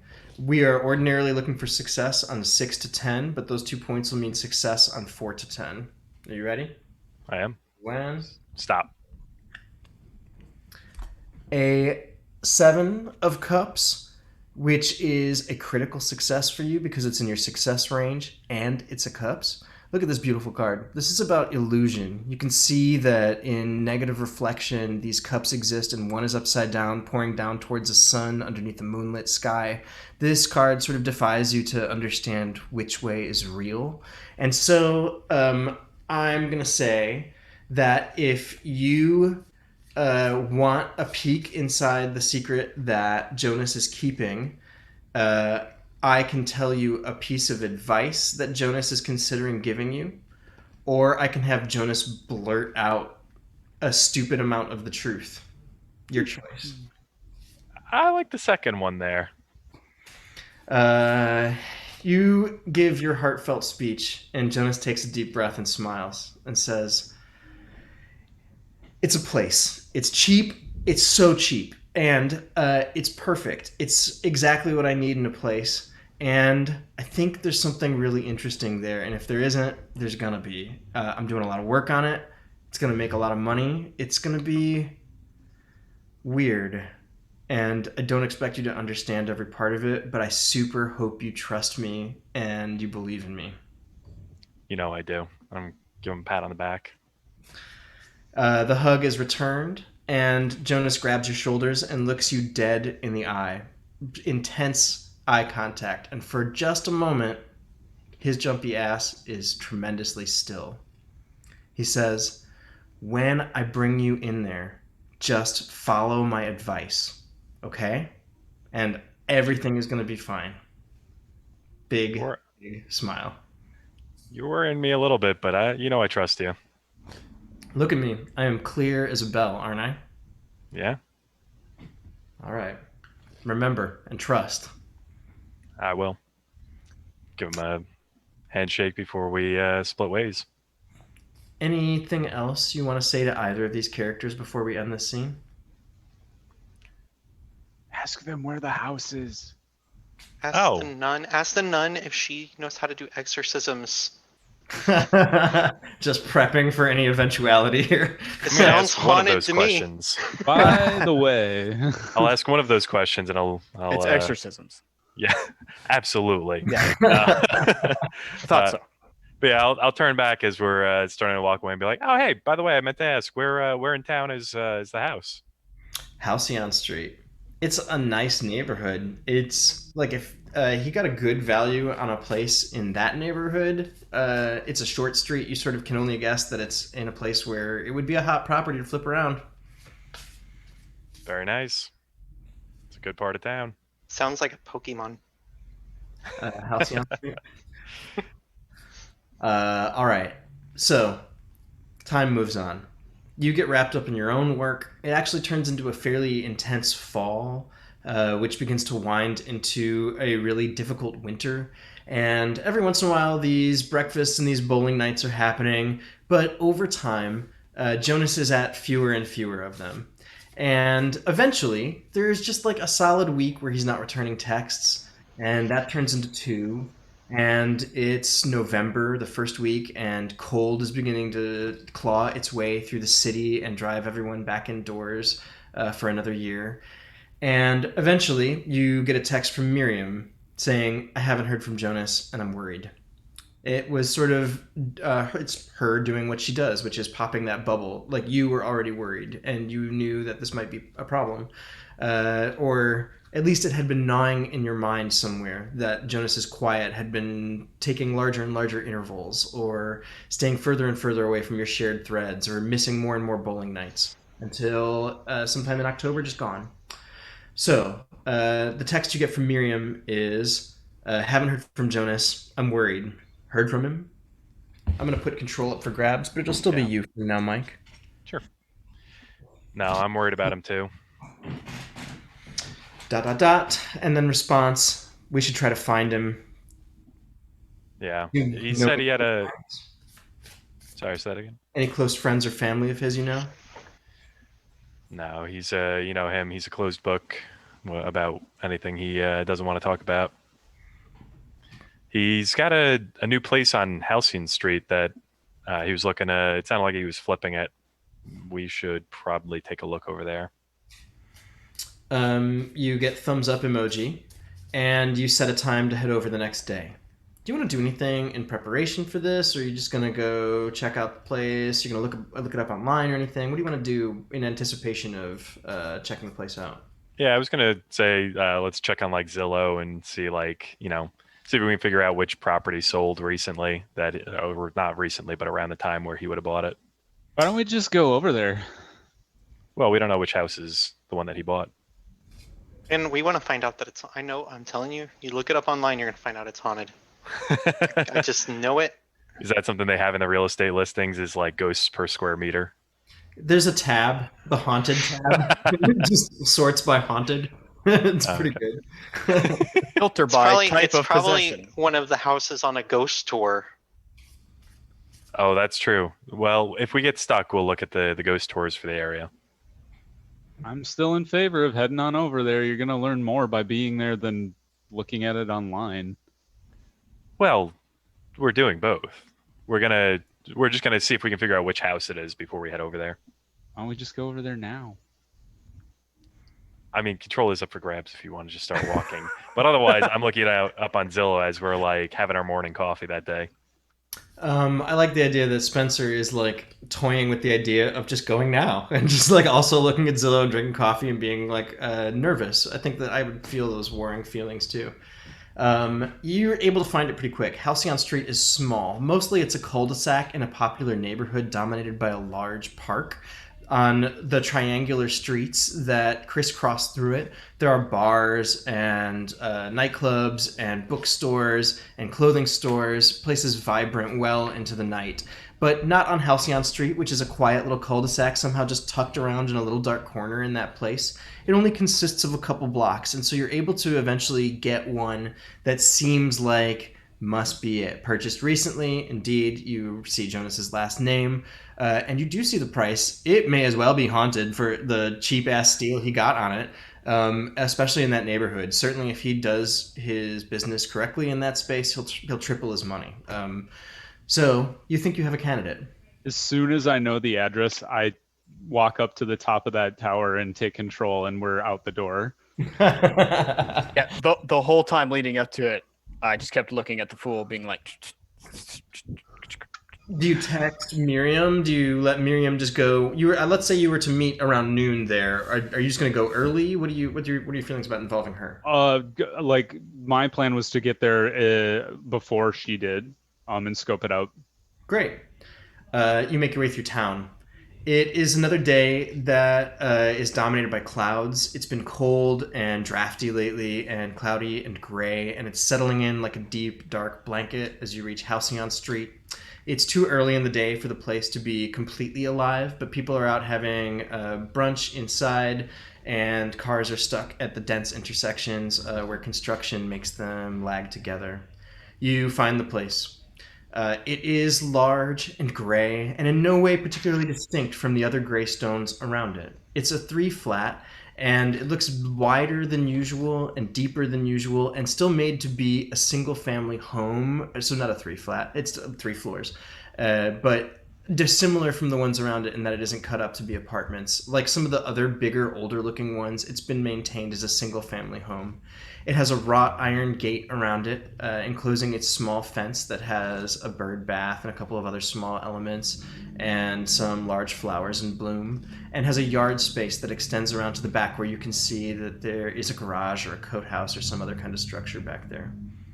What are you looking for? What do you do? What do you think? Is the gate unlocked?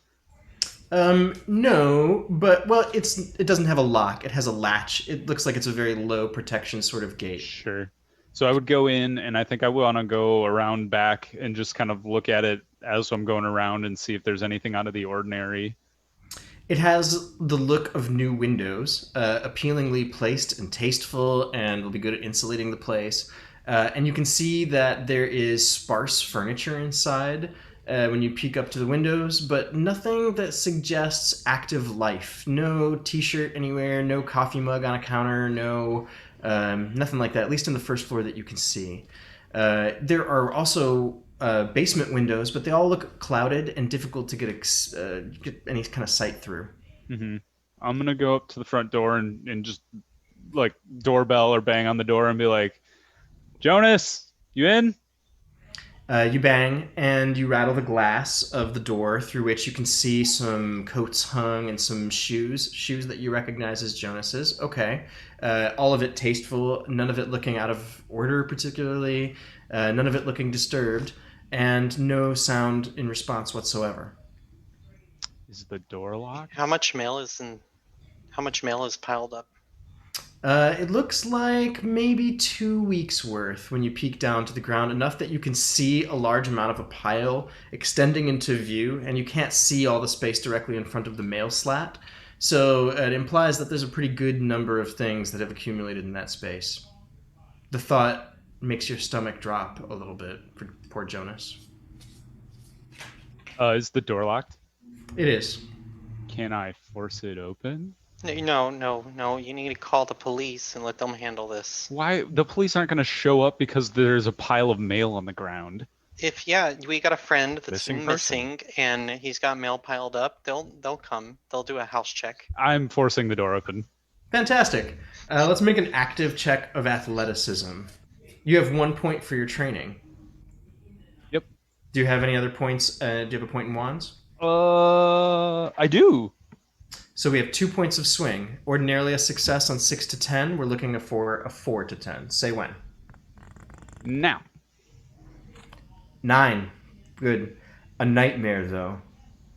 You push against the door, and you can feel it begin to give. It's in good shape. You give it another solid shove, and you hear the glass break, and a shard comes down on your shoulder in a way that catches in your t-shirt and produces a growing piece of red in this spot. You can see that you now have a cut. It's not bad, but it wasn't the way you wanted to force the door open. But the door is now open, and our hero has lost 1 point of health. Whoops. Good job. Got the door open, though. Mm-hmm. So could the police, What? without glass in their arms. So now the Have you neighbors seen are what going the to call the police police. are doing lately? Anyway. Now the neighbors are going to I call the step police, inside. and they're going to come in here, and they're going to make it worse. I Well, think either way, the police are showing up. I think a fun sub game for the night would be keeping like a running track of damage to this property. So I'd say that we're at let's $160 right now. Broken glass. Maybe, That's nothing. Okay, we're in low 3 digits. Let's see where we can take this tonight. That's not foreshadowing at all. I step inside. Yeah. This wouldn't happen to be a tower, would it?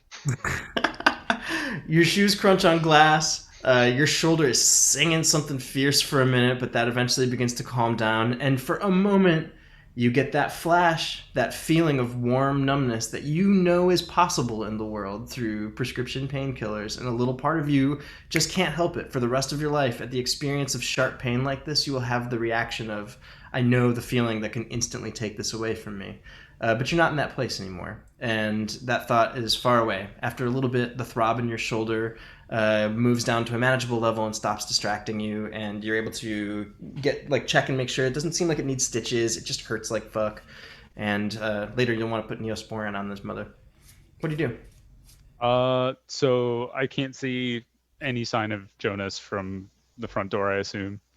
No, there are shoes and coats and things, and now that you're standing in it looking around, there is a little table with a bowl on it that has a few spare-looking keys in it, and you guess that when Jonas comes in, the keys go in the thing. And in front of that, there is an envelope, and the envelope says Spencer and Miriam. I'm going to open it and read it. The first part is about your friendship, and it is heartfelt and meaningful and written beautifully, and just starts with what you mean to me and what we've gone through together and how this is a gift back. And then you flip it over, and on the back it says, here is the bad news. If you're reading this, then I'm in trouble. I look very knowingly at the other three. Anyway. If you want to help me, don't look at it. Underlined. You must not look at it. Oh, great. Now we have to look at it. I mean, we don't have to look at it. I think we specifically have to not look at. You got the not part right? Don't. But I point to the magician. The last piece of information underneath the fold. Look for the yellow door.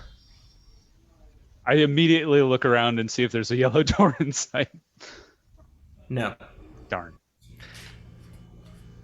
Well, it's like 10 a.m. Miriam will be here at noon. You're here alone now. Why don't you all talk for a minute? What do you think has happened to Jonas? What do you want to do? What's your plan? How are you feeling? So, do you now want to call the police? I mean, yeah. Now I'm changing my mind a little bit. Like, I was thinking maybe he was just, laid out foaming at the mouth, but I mean, Wait, you didn't want to go in when you thought he was laid out foaming at the mouth? Exactly. I didn't want to be a suspect in a breaking and entering with someone who's dead inside. That's I'll take that chance. We should really figure out where he is now, right? Well, like, more I than still likely, don't know where he is. Well, what are we not likely he supposed to just look got at? back He said, into "Don't the look at pills." it. Don't look at it. Look at Right. Find That the yellow sounds- door. Wait, do we that find sounds the yellow like he's door high. without looking at it? Like That to me sounds like Capitalized. Leading you to believe that it is not the same as the yellow door, which is not capitalized, in case it's of interest to you. he bought a haunted house. there's no You still such believe thing in as haunted ghosts? houses. He's more than likely he just got back onto pills and wrote this as he was. Well, It looks like he started. He took a pill. He started reading through he started writing this. He started off all lovey and happy, and then he got paranoid at the end. We need to find him. Exactly. We need to make sure. Yes. Okay. We absolutely need to find him, but I don't think we should take any of this that he wrote here seriously. Find the yellow door. There's nothing like we've been here. We know what this is like. But what if it's not? Well, there's really only one way to find out. We got to find the yellow door. Yeah. Make a passive test of empathy. Who's in control right now? I am. Great. And you're the Throne of Cups, so I know you have one for that and one for the empathy. How much do you have in swing? Just one. Great. So that's 2 total. This is a passive test, so you'll have success on 7 or lower. Yes, that's right. Say when. Now. 4 of Pentacles. The 4 of Pentacles is about alignment and having what's yours, possession, knowing and understanding the connection of things that are in the place they are supposed to be. Traditionally in Rider White, this is depicted as like a miser holding coins, right, and stepping on coins, and it's really about possession, and this interpretation is about alignment, about what it means to hold those things in their correct places and have possession be a less destructive force in this interpretation. So I will say that as a crit, I will let you ask the more exploratory question based on this information. You just immediately understand this wasn't for flipping. Like, you look around and you see that he's been living here. You, like, see the hallmark of his style. You see his band posters framed along the stairs that move to your left. You recognize all of this, of course, Tink. This is the same place that you saw in your mind. So it's that lining that big dramatic staircase that sort of adjoins this split level open area to your right that looks on a living room, sort of down a few steps, and then up a balcony through the stairs to your left. This place was for living in. This was a place that he intended to have in some way for some reason. You don't know quite how you know that. Does that prompt a question you might want an answer to? I think you remember how he was saying he wanted us to come here with him, right? He said to do exactly what he said. Exactly, and he's not here now. So I think there's something more to this house than just meets the eye. It wasn't just to sell. There's something here, whether it's it or the yellow door. I think we should look around some more. Ollie Nort's gold? What? Never mind. God, I'm not the only one who missed that. I was trying to decipher it. It sounds to me like it could be a wonderful adventure and always new things to learn if we don't, find it. So my question, Matt, is do we think he is here? You know what? You crack your head into the next room and you look around and you're looking for like lived-inness. Now it sort of reminds you that like maybe a part of where Jonas is now is that he's like more tidy than you would expect him to be, because you don't see a lot of disarray. But you also eventually find his keys. They're on the kitchen counter, which is sort of in the main living space, so you can just see them at the edge without really entering the apartment or the space too far. And you see that there is like a couple of things left out on the counters in the kitchen, just a couple of little things like that. Nothing in any of the living room, nothing in the dining room space. Place otherwise looks very clean, so it's been cleaned recently. Just has it feels a little bit like a person living Spartanly was interrupted. So that's hard to say if they're still here or not. Feels like Jonas was interrupted while being here, perhaps. Mm-hmm. Is there a basement? There is. As you walk down the split level to your right, past through the living room, past the fireplace, past the long table in the dining room area, adjunct to that, you move past an open area where you can look into the kitchen, past the counter there, and on your left is clearly a basement door. It has a couple of extra latches on it and looks a little heavy duty. We gotta go down, right? I think we do. It has a little hook lock. You pull that and open it and receive a smell that is characterized by a little bit of dampness, dust, and basement-iness. You look down and see that it is rather unfinished and that it is dark. There is a simple wooden hand railing going down to that level. Is there a light? Otherwise, I'd pull out my phone and turn on the flashlight. You flick the light to the right, and you see for a moment a nice blazon of yellow enter the basement, and then there's a hiss and a pop, and the sound of something breaking, and the light goes out down there. That's not ominous at all. It's haunted.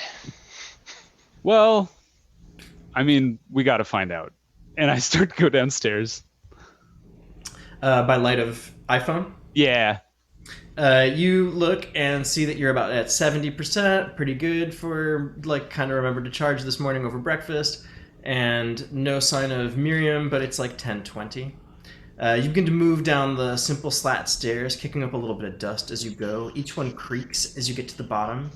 There's a workbench. Tools are neatly hung against the wall, and further along, a water heater and some other basement-y looking things. And beyond that, no door, just more basement, but a separate sort of cordoned off room, essentially, past boxes and shelves and things. You can't help but feel it. No matter, it's just part of being human that walking into a weird basement in the dark feels a little frightening. Let's make a passive test of focus to see where your nerve is real quick. Okay. What's your swing in focus, combining your... 2 total. Great. Say when? Now. 3 of Pentacles is a success. And for a moment, you think about the strong structure that 3 can make in friendship or in life or in holes on a fucking bowling ball. And you take a minute to appreciate the fact that you're not here for nothing. You're here for your friend, and it gives you a little bit of extra strength to keep your heart rate down and think about that next room. You gonna go through the basement? Should we wait for Miriam to arrive? Well, there's no I time. think we should. And I keep This going. is She can do like an exorcism or something. okay. That's I not just how have- Catholic works. And I keep going. You need an old priest and a young priest, I'm pretty sure. There's pea soup involved. Your light is bright, and the light that's coming in through the small windows up near the ceiling level here in the basement are dim. It's enough that you feel like you can see super clearly that as you're getting close to this next room is very unusual. There is a large black carpet laid out here, and there are posters and things on the walls showing like really unusual charts. There's an astrological chart, and you can see that there are images tacked to it of various astrological signs that are expanded out towards other images. You can see that there is a close-up image of Mars, and tacked to that, or close to that, is a tarot card, the Emperor. Those kind of images are standing out to you here. You can see that there's a bookshelf, and on it there's an assortment of things, including jars and books, and just an unusual room. It's a room that makes you wonder what Jonas set it up for. It doesn't seem to have a purpose that matches a typical basement room. Would I recognize anything in here that might give us a clue as to where he went? Or You glance around. There's a couple things on your left that look like storage, like an amp and a guitar case and a couple of boxes. It's also that sort of a room, it looks like. But to see if you notice anything more interesting than that, let's make an active test of perception. You've been in control a pretty good amount of time, too, so I'm going to put you up for grabs, but by no means are you out of control. I'm always in control. Let's make an active test of perception. Oh, great. I have a -1 in that. Great. That cancels your training, which means that we're successful on 6 to 10. Say Okay. when. When? That is a 6. 6 of Wands, which in traditional tarot is a little bit more about triumph and completion and finishing. And in this case, you can see that it's sort of about like getting past a place where all the wands have fallen, but that there's a rainbow to look forward to. So I will say that form of perception, that like sense of completion, comes in the fact that your eye alights upon a single book in the bookshelf, one that looks like, as opposed to the others, which have titles like, okay, let's say Jonas is a bit basic and that there's metaphysics for dummies, in addition to a couple of other things that have more esoteric titles. And one is just a spiral-bound Mead notebook. And you slide it out and notice that on the front it says Project Yellow Door, written in Jonas's blocky cap letters. Found the yellow door. You yell to the empty basement. To all of you.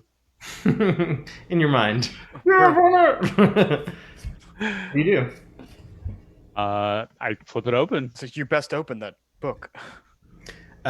You crack it open, and immediately you hear a sound that sends a chill through your entire body. It is the sound of something large moving behind you, with a movement that seems to have disturbed papers or books or boxes enough to have jostled something. There is a sound of a small collision, but what do you do? Would you say I'm in mortal danger? If you are, you don't know it yet. So dang. I guess I would turn and see what the thing is first. I'm gonna stop and be like, pause. Yeah. Remember, don't look at it. What? Oh, I close my eyes and turn. It's a dog. It's not haunted, right? And I look. I Probably like Jonas. lean towards in the back, and I'm like, "Hello." With your eyes closed? Yeah. You can hear a huff, a sharp exhalation of air that comes with a cheek flappy wetness and a depth that suggests some sort of size. It is a horrifying sound, and it's maybe 10 feet away from you, somehow in this room as well. It is. Slam I the think door. I think we must test your focus to keep your eyes closed. A passive test of focus, and the terror that you're in is going to reduce it by 1 unless you want to spend a psyche to mitigate that penalty. I don't think the fool's into that. I think I would just let it ride. Great. All right. Passive test of focus means success on 1 to 5. You have 2 points of swing in that, right? Yep. Your -1 makes that a 1. 6 to ace is success. Say All right. when. Now, 10. can I do something? Yeah. And you. I have Please. a move called Sticky Fingers. When a card I like is revealed by any test, I steal it and hold it for later. And then I can spend a point of psyche to swap it into a different spread for a face-down card at any time in the future, whether I'm in control or not. So I Great. would like to steal the 10. I put that 10 of pentacles up by your card. It's yours for later, fool. Awesome. Let's replace that with this. Are you ready? Yes. Looking for a low number, preferably a cups. Say when. Now. 8 of cups. Right suit, not low enough. All right, I'm gonna spend a point of psyche. I'm gonna use temporal shift. Spend a point of psyche and add or subtract 2 to the number of a just revealed future card. Ooh. Okay, so this brings this down to a 6, which is just enough to keep your composure and keep your eyes closed as the breath of whatever shares this room disturbs the hair on your head and the cloth of your t-shirt and feels hot and for a moment insane that what you are choosing to do is keep your eyes closed. You just hear Jonas's voice in your head cautioning you to obey this piece of advice. What do you do? Run.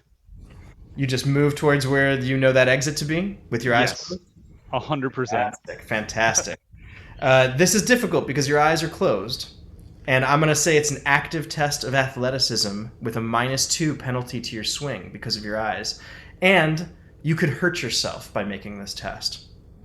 I think, well, based on the fact that I needed the magician's help not to look at this thing, I don't think I'm going to just throw that away now. So I'm gonna go for it. Do you think this counts as mortal danger still?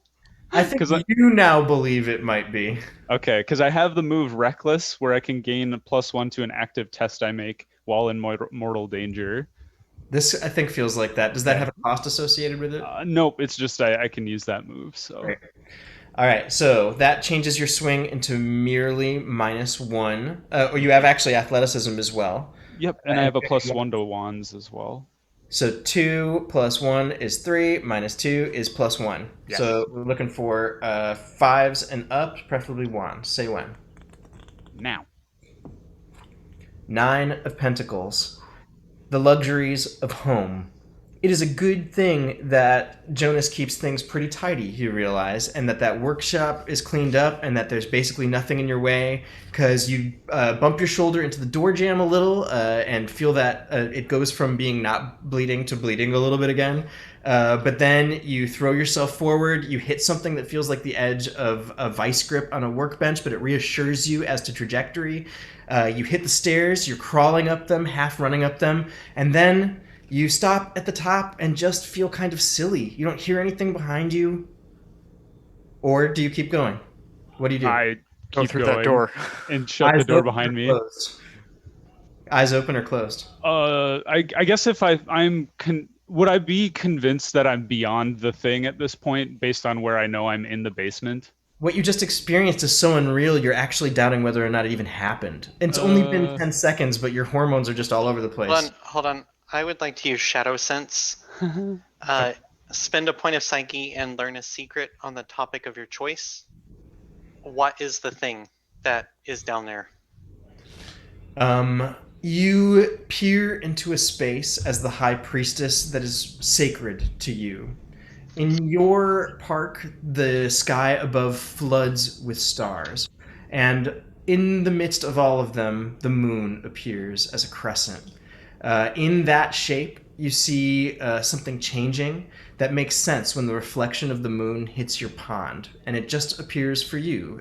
You focus your lens on it until it becomes deeper and clearer. and you realize that you are looking at a yellow door at the end of a hallway. The yellow has been painted on recently. It is slapdash. It is not an even, beautiful coat of paint meant for aesthetics. It is paint thrown at a door. And as you are approaching it in your mind's eye, you hear it creak, and you hear its doorknob click and unlock, and you hear the door swing open, and you look into a yellow space beyond. That, for a moment, challenges what you know about reality. If you continue to look, it will harm your mind to do so. You can feel it. That what you are seeing here could undermine you, could send you, at the very least, to screaming in the night if you saw this and had to describe it to anyone. But for a moment, you just know, maybe I'm not strong enough to look at this. Maybe the thing that is broken in me will break open again and be worse if I look even any deeper at this strange place beyond the yellow door. The choice is yours, Tink. Do you want to know the nature of this place as the secret that you learn? It may cost you something dear to do so. Yeah. First, you must spend a point of psyche. I'm going to take one from you.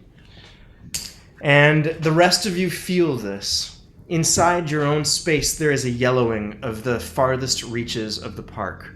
An immediate and harsh and unnatural autumn falls through the trees, and you can see yellow spreading through the leaves, and you can hear dryness begin to spread through the branches. They now crackle against each other instead of sing the wind through the park. Instead of the pleasant sound of kids laughing, there is the incredibly similar sound of kids screaming, and for a moment you can't tell if it's play or worse. And then you look beyond into this strange yellow land, and you see it. It defies explanation, but the one part you are sure of is its eye, and it has no eyelid. It always sees, and now it has seen you. You lose consciousness in the kitchen. So what's the secret? Yourself get your knees, and the twilight in the park becomes absolute. The stars go out one by one. The moon goes out. The lights of the old-timey lanterns go out, and there is just a tiny, tiny ring of light, the pool, and what it reflects. And then even that goes out. Who would like So what do we as the aspects experience at that when that happens? I think a sense of your selfness waning, either driving you back to your private space or making you feel like you're less of yourself in the shared space. But either way, like a slimming of self, a shrinking of being. Like you're not as big a concept as you felt like you were before. You're a small, small thing being gazed at by a tremendously large thing. As I go back to my space, I'm like, what did you do? Yeah, I think. Well, no, nobody would know that I'm doing that though, because the secret that when the high priestess gets a secret, it's Oh, okay. just the high priestess. So you know, Well, the high we don't know the priestess will be like, secret. I don't know what happened. We don't know the secret, but we did see you like turn and focus in on the lake in the middle. I think that to settle this, you are fully aware of what you've done, High Priestess, and none of the rest of you are. For you, it was just like, oh my gosh, this darkness got bigger and bigger and stronger, and that telescope isn't paying any attention, and then lights out. You know. I think in that case, I'm like, you saw, I kept my eyes closed. Yes, try. That was hard for me. You did very well. I'm proud of you. Control Thank must you. be passed. I think the magician is the first to awake. I think the magician is the one that feels it first. Consciousness returning to Spencer. You're not in the kitchen anymore. You're on the floor of a bedroom. There is a large bed to your right, and to your left there's a closet with the door a little ajar, and a bedroom set, and a couple bookshelves. This is maybe Jonas's room. Hard to tell. It looks like maybe his guest room. It looks pristine, maybe a little less personal than you would expect his bedroom to be. In the corner, there is a large standing mirror and a couple of things hanging off the edge of it. What do you do? As Spencer, I'm going to sit up and just go, well, that was interesting. And kind of get out of bed and try to get my bearings. Your head hurts. You have a headache, and when you take your hand away from your head, There is the dry flakes of what looks like a small head wound.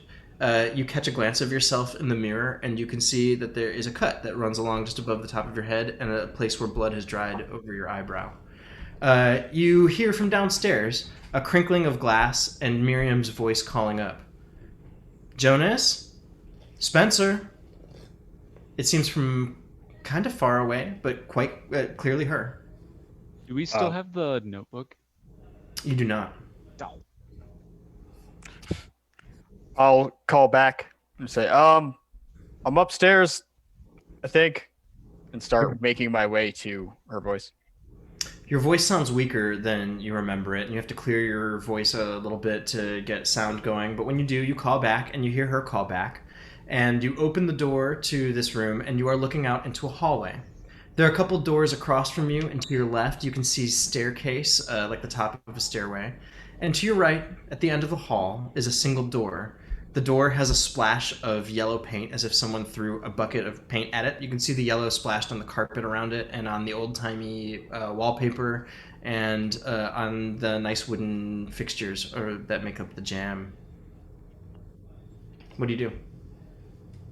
I'm super tempted to go look at that door further. I'm gonna call down to Miriam and just like, hey, where are you? You hear her voice again, but it seems farther away this time.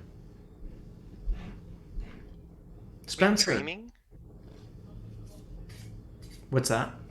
Are we dreaming? Just I like do pinch myself.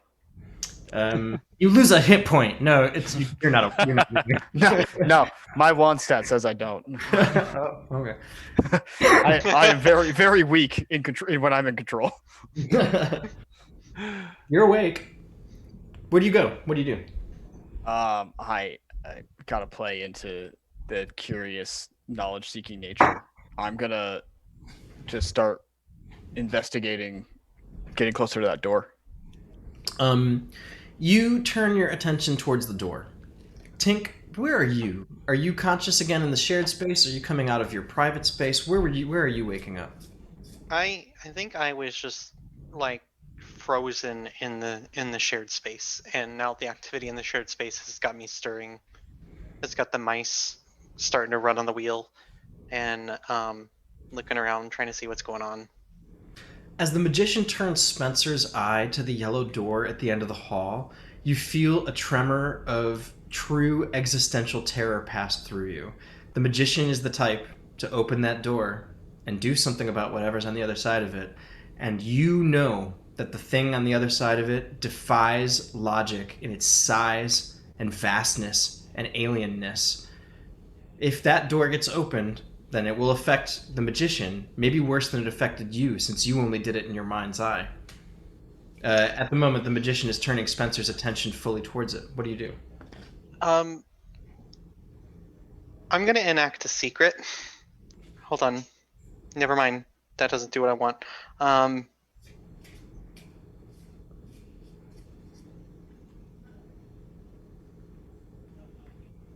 In the meantime, Seth, Yeah. you're just headed towards the door? I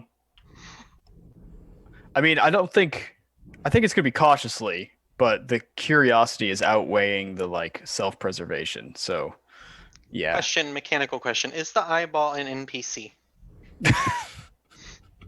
I mean, you didn't name it, in so the strictest of definitions, yes, but that doesn't mean that every power could necessarily affect it simply for its. Well, I can't tell you what I want to do until.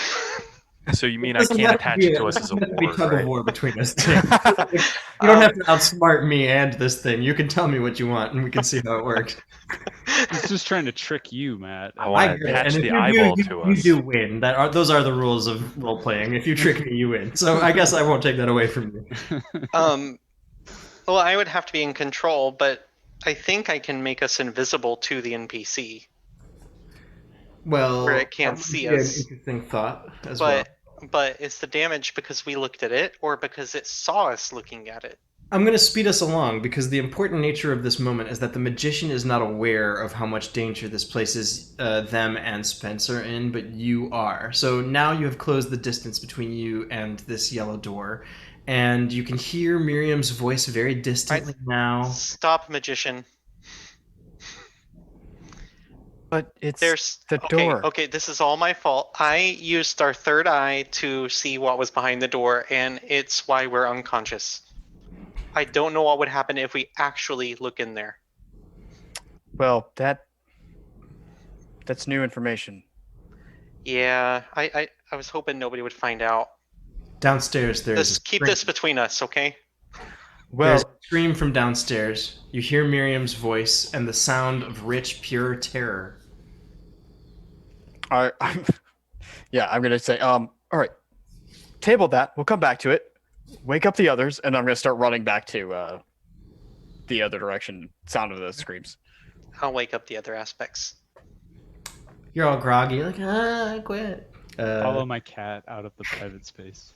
Yes. What's your cat's name again? Stormy. Stormy. Stormy is very comforting right now, I feel. What are we doing? Are you running back towards the top of the stairs to look down? Yeah, or the direction of the screaming. I assume it was from downstairs, so yeah. You look down this staircase, and you can see that it just winds around to the second level, and that it you can see that that there are stairs that lead down to the front, but you can't see down them from the angle that you're at without going down a floor. Do you go down to the second floor? Yeah. You head down and see that to your right there is a well-appointed study full of tasteful books and like a little bar in the back. And on your left there's like another little seating area and a lot of paintings hung up in there, but not a lot of time for that. You swing around the stairs. These are the ones that you saw sweeping up the front of this place, cutting the first level into two, and swing back around by the fireplace into the living room. You see the remains of the window that you broke and the door, and outside you can see much more light than you remember. It's white light. The overcast day is still gray and cloudy, but it must be like noon now. And looking down, you see the basement door open, and as you look at it, it closes with a slam. Oh, shit. All right. And I'm gonna... God. What do we do? You're gonna be the one to look at it, aren't you? I don't I'm usually want the one to. that gets us in trouble, but That's not the thing. That's not the thing. Okay, fine. I'll come clean. I used my mind's eye to see what's on the other side of the yellow door, and that made us go unconscious. The thing down there, I don't think it's dangerous to look at. what have we said about secrets? Hush. We can point fingers later. Okay. You don't even have fingers. All the mice point their fingers at you. Okay. Whatever. Touche. Mice have fingers, little cute mice fingers. They're like this. That's what they do. I So like hold my cat at the mice. Like, Oh, no. don't make me. No, we're good. We're good. this is not a calm mind that has mice and cats in there fighting around. That's really in trouble. What do you do? What do you do? You're in control right now, magician. Let's go and Yeah, save we're- Miriam. Yeah, we're gonna go, and then we go down. I go to the door unless anyone stops me. Do you go fast? Empress is Are you encouraging you. Are you going slow and cautious? What's your angle of approach? Sensing imminent danger for our friend, I will go swiftly. You move quickly, but there is something about the space that seems to push against you, and you can feel the length of this Chicago apartment. All Chicago apartments are just tubes when you really get down to it, especially Greystones. Even these bigger ones are still just sort of they're just so through designed. And you're seeming like you should go fast, but the dining room seems to elongate, and you can't believe what you're seeing to your right, that there are just dozens and dozens of chairs filling in the empty space on this now lengthening dining room table, and beyond it, dozens of windows in this lengthening space, and the kitchen seems further and further and further beyond. You can feel your will being tested.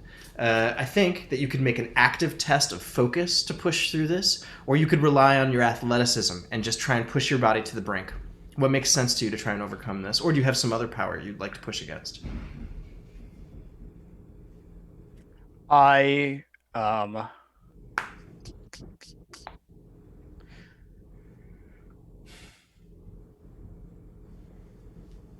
I think I'll use athleticism. Okay. Slightly better than my focus. You have 1 point from training. Do you have points and wands? Nope.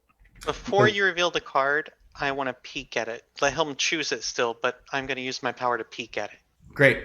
Success happens on 5 to 10. Say when. Now. 5. But at a cost to oneself. Harm. Placing yourself in danger. Well, do with it what you will. You know what it's going to be. I mean, I got nothing to affect it. If only somebody If had only- a if card. only that I somebody could had a card. swap in there. Yeah. If only I had We should say that since you chose athleticism, it is wands. It's a crit. So I will say that would negate the possibility of self-harm. Great. So Well, I'm sorry, it wasn't wands. It was swords, wasn't it? I'm like picturing the card again in my head now that I've shuffled in the deck. It was swords. So yes, this may come at a small amount of pain for you. I am still okay with sacrificing a little bit to get there. It feels like you are running through molasses. You can feel your limbs slowing and this groan passing through the space around you. You feel like you've chewed on aluminum. There's something distorting and wrenching in your spirit, in your bones, in your teeth, in your hair. And then all at once, it's just done. You crash into the cabinetry ahead of you, and you feel all of the knives jangle in their block and scatter around you. And you've just bruised yourself, hurt yourself a little bit more, and your shoulder is now weeping. You look at it, and with some regret, you realize you have opened it even more deeply, and know that this will need stitches eventually. I thought you were gonna Final Destination us and hit us with the knife. And they all just elaborate stab you in different weird ways, and all the magnets on the fridge say you're gonna die. And that's what I read. No, it's a little less dramatic than that. But you banged yourself up a little more, and you're gonna need stitches for sure. And that all at once, that hallucination, whatever it is, that bad trip, that snare, that tightness is gone, and you hear a muffled cry from the basement door. Is there a dish towel in this kitchen? Yes. Within reach? Yeah. Cool. I'm gonna grab a dish towel and the biggest knife that flew out of the knife block and make my way to the door. We brought our revolver, right? Yeah, it's like always with you, let's say. Yeah. You definitely felt the need to We're have a always firearm with you. Strapped with our old-timey revolver. Yeah. Just classically going to visit your friend with your antique revolver. How did you get over here? Do you have a car? Let's say you have a car, it's in the trunk of your car. If you wanted to run back outside and get it, you are sacrificing precious Miriam moments to do it, but it's close enough to get. Does that feel story logical? I think so. It does. I have a big knife and a dish towel. I will go back for the gun if necessary. You pull on the door, and the basement door coughs itself open again, giving you that same familiar smell. And you hear a huff, and a clatter, and a shuffle of some bizarre sound that is difficult to place and alien in sound in nature, and the sound of something being knocked over in that far room, and then quiet. What do you do? A little more cautiously, I'm gonna head down the stairs and say and call out for Miriam. Your voice comes out and fills the space with all of the boldness you can muster, and there is no response. You hear your own feet on the creaking steps. You press Don't forward. get us killed. Thanks for the encouragement. Give him a thumbs up, and then I light a cigarette. Could you walk a little quieter? Do you want to make it faster a stealth check and go sneaky like? I mean, it already knows we're here. I mean, that would have been a really good idea had I not already called out down the stairs. It knows we're here and it knows where we are. It thinks we're at the top of the stairs. Start running. It doesn't know we're coming down. Be decisive.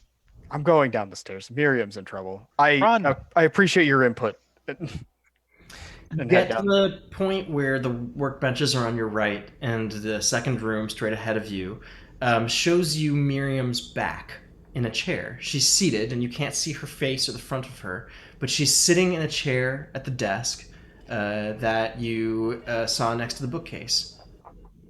She's not moving. What do you do? I go to her.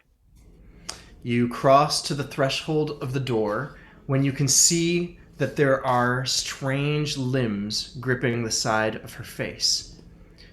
Do you keep looking? You can feel your heart rising up into your throat. Uh-huh. I hate this. You cross to the threshold and look at a thing that just shouldn't exist. It is limbs twisted together in strange, arcane shapes in constant fluid motion. Where they are gripping her face, you can see that their purpose is intently clear. They have her eyelids open, and her eyes, dead, gaze into the middle of this knot, and you can see something wet and pale in the middle of that. As soon as you see it, it sees you, and it turns. You can see the tentacles beginning to shift. You have just a split second to decide if I you take look. control. Oh, I was Good really. timing. I was about to do something, but okay. Yep, no, you're fine. How dare It you? was up for grabs, It was. and using liminal strides, I'm gonna spend my last 2 psyche You have to. 2 left or 3 left? I have I 3 have- up here. Did I forget to take one? I have 2 written. Okay. I'll use my last 2 psyche to enact liminal strides on the house on Halcyon Street secret. And for the rest of the scene, or until I lose control, I am invisible to NPCs at the heart of the chosen secret, or while you're on location of the secret that it pertains to. You are in control, and you know the thing will not see you if you keep still in this moment and find a way to get out of its sight. But do you look back at it? No, I have a hunch that the eyeball is in the middle of the thing. So you close your eyes and enact this power. Yes. Great. The power goes into effect. Your control is lost because now you're broken. Does that power end when you lose control? It ends when I lose control. Does anyone have a way to continue giving points of psyche to the High Priestess? If not, I'll allow this effect to take place long enough for there to be a benefit to you, but not long enough to keep using it after that. Yeah, I have something real quick though. What? So how does this power work? We have to like stay silent and like get away from this thing. Well, Tink's thing is that as long as the High Priestess is in control, they're invisible to an entity or entities at the heart of the secret, which would definitely include this thing. The secret of Halcyon Street Place would include this entity. So, you know from your experience with the High Priestess that this is potentially capable to you, but only if they stay in control. That's the nature of this thing. So because the High Priestess is breaking and the power is what broke it, I feel like I have to give you something for the power, which is a moment of that invisibility that may spare you. But after that, you won't be able to maintain it as a broken aspect. Sorry. Or what I'm asking is, while invisible, would we be able to save Miriam? I am not sure you know how to save Miriam, but if you have a plan for that, that could allow the High Priestess to remain in control to maintain that invisibility, I'm open to seeing what that might play like, but it would include more actions that might lead you to that outcome. So mainly what I'm trying to ask is like mechanically, how does invisibility work? Is it like can we interact with things in the world while invisible? Yes, and Okay. It's just that the thing is not going to see you because you have changed good. the nature of the secret between you. Okay, then Fully yeah, I'm gonna use abstract and magical. inner reserves and give him back 2 points of psyche when he uses his last point at the cost of 1 point for me. Great. I'm going to put you up for grabs, Tink, but with the knowledge that this power is conditional on remaining in control. My lens is cracked. Your lens is cracked. So we're just Yeah. standing there with our eyes closed while this thing has a hold of Miriam, correct? Like that's what we saw. Well, Yeah. now that I know we're invisible to it, I'm going to open my eyes when I turn around. Because as long as we don't look at its eyeball, we'll be fine. Like, we saw the side of it and we were fine. But the terror that it does is the actual center of it that we can't look into. We should stab it in the eye. At once, you hear Jonas's voice. Is that you, Spence? Mm. You there, buddy? Ooh. Ooh, that doesn't sound like Jonas at all.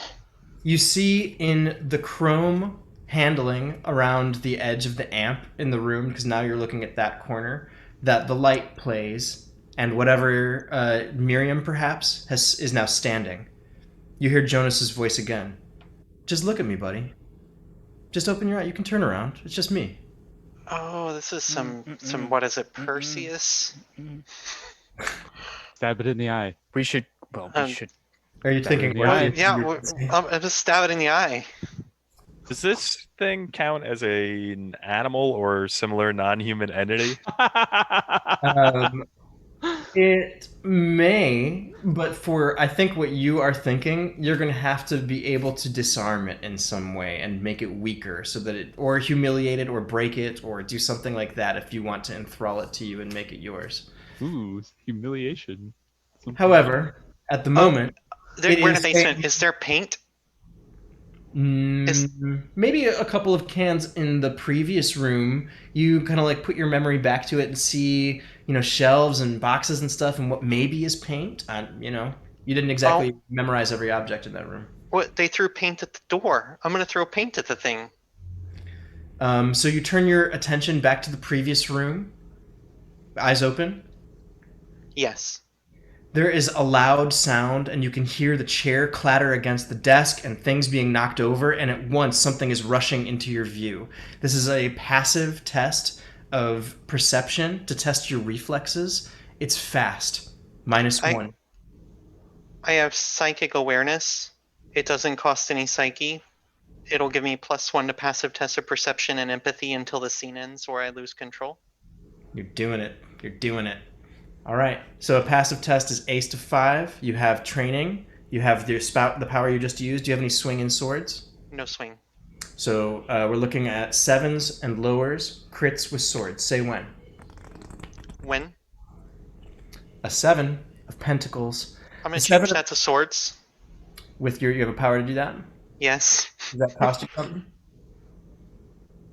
Yes, it costs 1 point of psyche. Yeah, read it, please. Lunar Sovereign, you may spend a point of psyche to change a just revealed future card's suit to swords. Great. So the 7 of pentacles is typically about a moment of self-reflection where you're able to look at what you are and how far you've come and what you've done with some appreciation. And in this deck, it's really represented as alignment. See how everything is just sort of in its right place at its right time? And that is you in this moment. You know where to look, and you turn your eye back towards the middle of the room as the thing rushes around in front of you. Miriam is no longer in the chair. The chair is overturned. The thing behind you is making noises, and it amounts to a solid huff that you feel against the back of your neck. Buddy, just look. Just look. You're already here, and it's never letting you out of this house now. I'm gonna headbutt it. Damn. I like it. It was a surprise to me, so I'm going to give you +1 to your swing. Let's make it an active test of strife, which you are not trained in. But you got a +1 from me. Do you have any points in wands? No. So we're looking for a 5 and up, preferably a wand. Say when. When? A 5 of cups, sadness, grief, loss. You strike good and hard with the back of your head, and you're hoping to feel it connect with something solid, and you feel it connect with something that is squishy and solid, and it makes a noise that shocks you for a minute, and you hear a yell that is distinctly Miriam, and then there is a body falling behind you, and then there's just nothing. This is your opportunity, if you're going to take it, to move back out into the workshop. You can look, and you see, unbelievably, 3 cans of yellow paint on the shelf directly across from you, right by the stairs. Yeah, I'm gonna grab that paint. They're about 15 feet away. You rush into the other room and navigate around the workbench and grab a can of paint as you hear something moving behind you. Your senses are telling you it is maybe 5-6 feet away. Are you going to turn blind and just throw the can, or what are you going to do? Like Hadoken, right? Just turn and just throw the fireball, paintball, whatever. I love it. Let's make it an active test of athleticism. I'm going to say -2 because you're not able to really aim or look. You're just going to do it by sense of sound, turn, spin, and fire. Now, do we have any benefit because we're supposed to be invisible to the thing, right? Yeah. I mean, so maybe what we'll say is that if you miss, it is not immediately making eye contact with you or grabbing you, but it is able to try and get you to look at it. It's trying to get you to see it. Okay. All right. Ready? Ready. All right. Looking for a wand's a high number. Say when. When? 3 of Pentacles. That teamwork is there. For a moment, you doubt, and you throw the can, and you hope for the best. Do you close your eyes? Do you keep your eyes open? I'm gonna close my eyes. Was that a fail? Yes. That's a fail. It's a big fail. I'm gonna use my Ease of Youth power. When an aspect fails an active test, take control immediately and try the same test again with no penalty. And as I do so, those lenses, you should change those lenses. They're not working out for you very well. And I push him down the stairs of the tower and take control. Not even down There's the a slide. Oh, Nope. yeah, there's a slide, you jerk. That slide. And I let the cat loose to chase the mice around. Valuable equipment. And then I get a +1 for that? You sure do, because you mocked. Will you read that power for a minute? I get a +1 if I taunt the failed aspect as I do so. I felt you did, so that was juicy. Yeah, so you get +1 for that. It's athleticism that you're trained in. Okay. You're -2 because you're not looking, so that would cancel those things. Do you have wand swing? I have a +1. All right, so we're looking for a 5 to 10 on wands. Say when? Now. Ace of Swords. I'm gonna spend my 1 psyche and throw my 10 out there. Hey. Boy. Great. The 10 of Pentacles is about. It's really a very rich, familial card that is, I think, in this case, interpreted as uber alignment.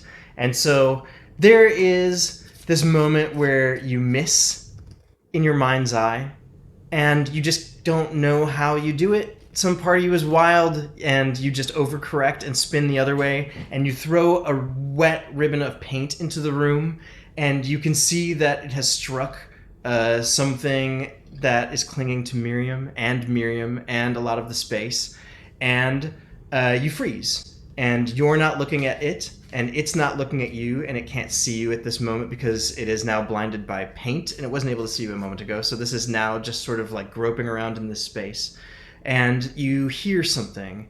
Those things, the pieces of it, the tendrils of it that are wrapped around her, you can hear her voice behind it, and somehow that changes, and you hear Jonas's voice.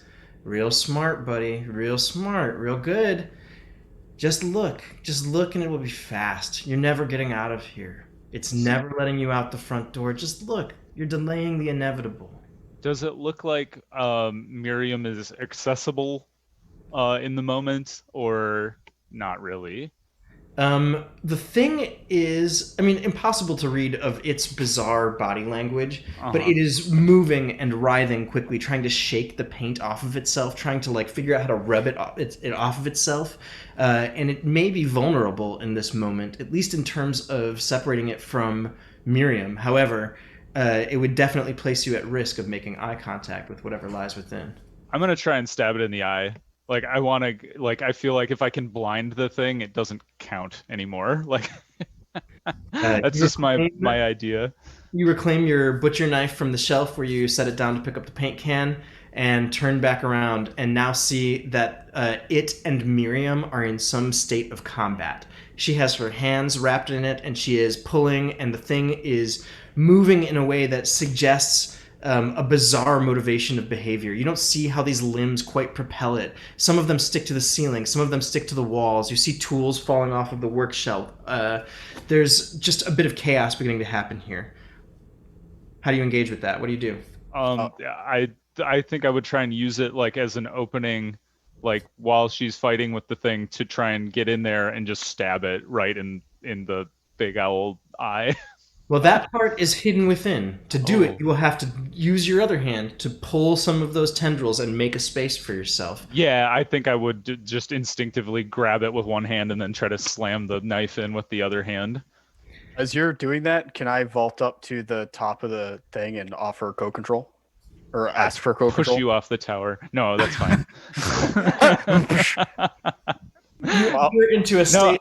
I offer you a cigarette as you do. Is Eh? that what it takes to get a yes out of the fool when it comes to this sort of thing? Yeah, I like pull the one out of that I have behind my ear and be like, want one? Fine. Very un-empressy of you. Perfect. You can make it something like a clove or a American spirit when it reaches your hands. I feel like there's a little bit more of an empressy option than whatever He's the the. magician. I'm the magician, so. Oh, yeah, I'm I'll sorry. That's smoke right. Whatever. Yeah, you don't care. Yeah. 1 second. Pardon me. I'm changing my charger so that I don't die in the midst of this. All right. You're in a state of co-control. Both of you at the top of the tower looking down at the pond. You screw up your courage and make your way towards the figure in the middle of the basement. How do you approach this? I don't think there's enough time to be tactful about it, so I think we're just rushing in. Like, that was my initial instinct, was to rush in, grab it while she's fighting with it, and just stab. Great. I think we'll say the characteristic of this butcher knife is that you may get an additional retroactive point of swing on a revealed swords, if we get one, as just a condition of your equipment. You are going to make an active test of strife to try and put this thing in the right place. It's an important one to make happen. Who has a better wand stat? I have a +1. What do you Okay. have? 0. Okay, so +1. So we have 1 point of swing and the potential for one more if we hit a swords. You ready? I'm just reading over real quick. Yeah, I'm good. All right, say when. Now. 2 of pentacles. A loss of balance, an inability to keep yourself together in this moment. Juggling more than you can handle, perhaps. Was that bad? I forget.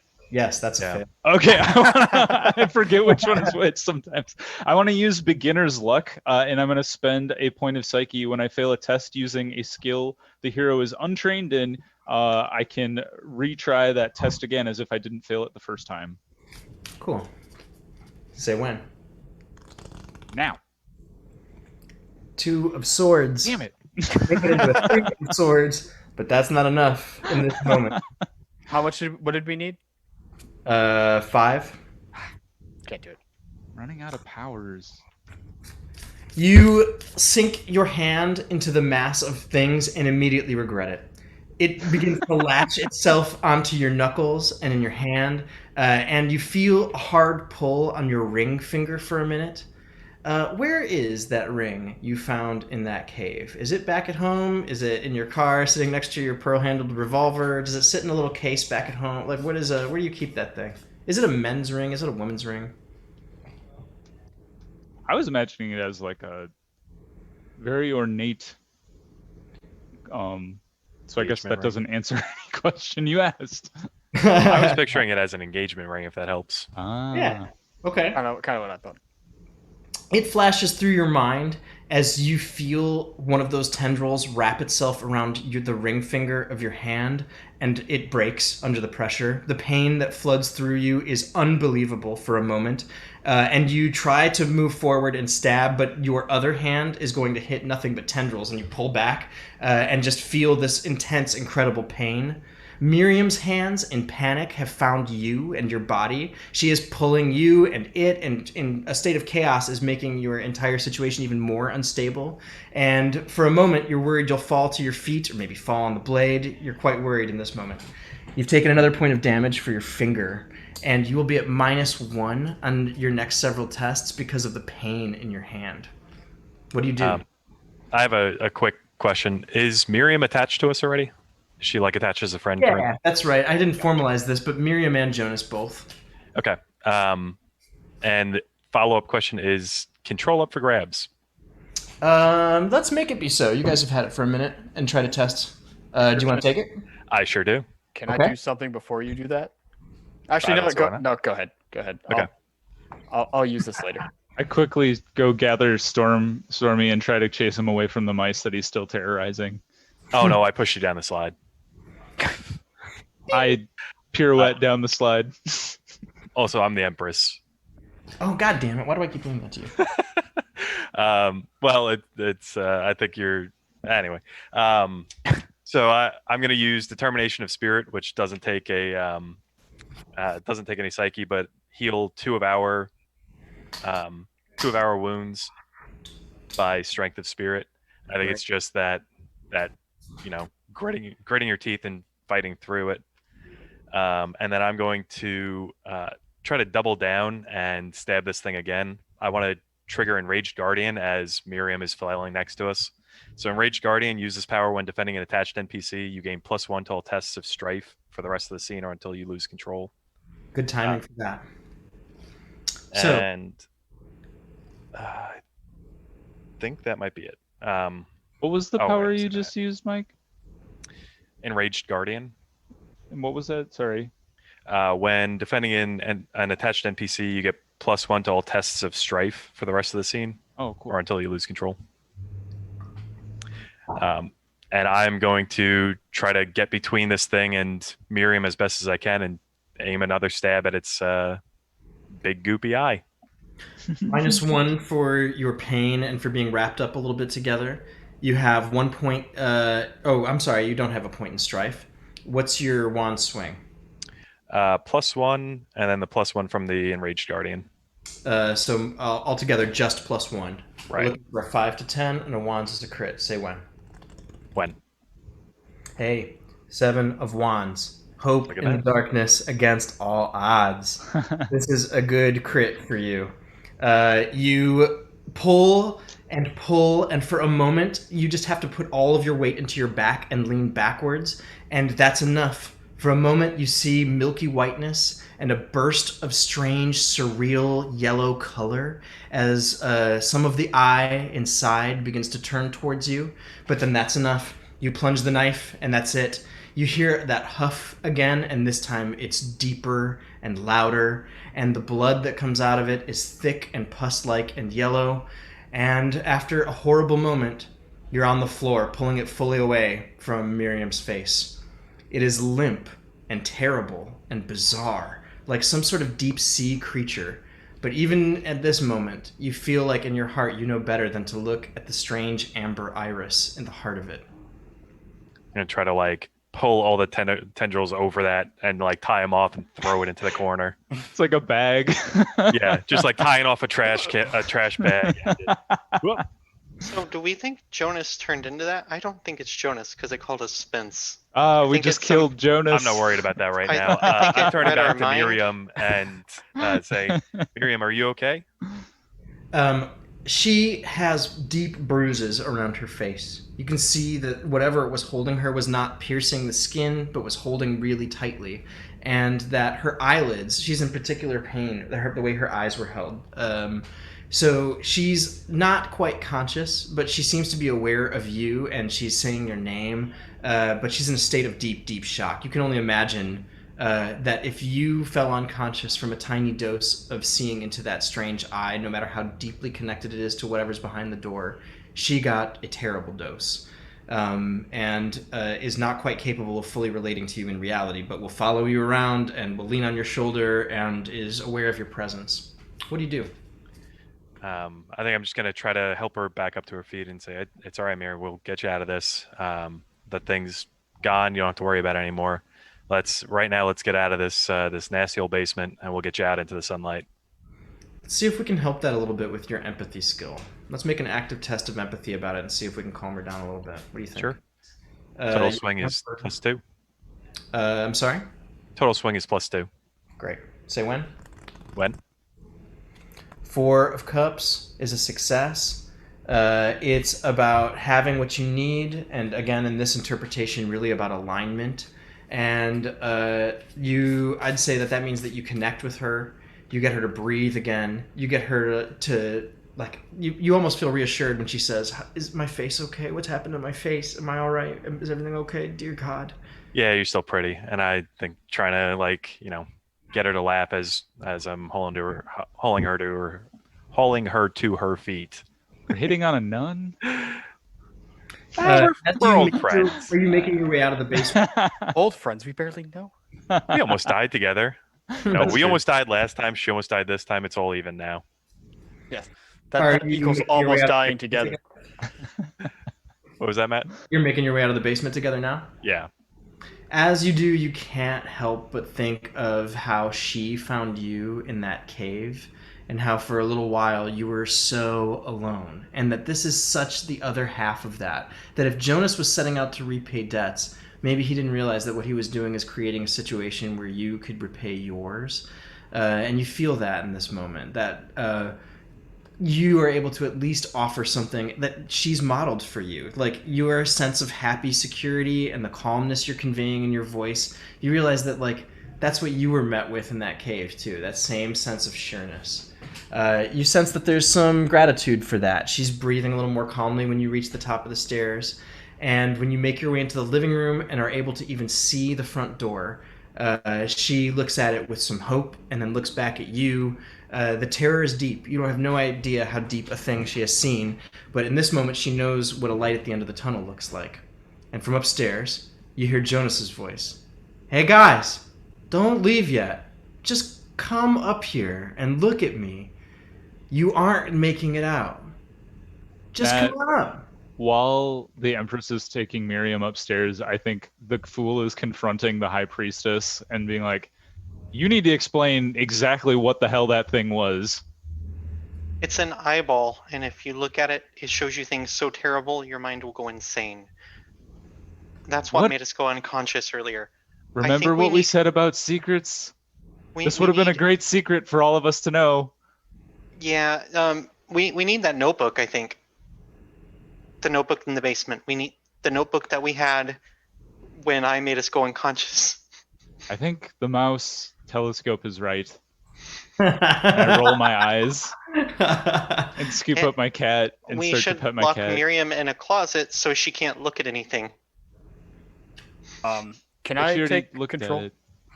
Yes. Well, real quick, I still had something that I was looking to do before we got out of the basement.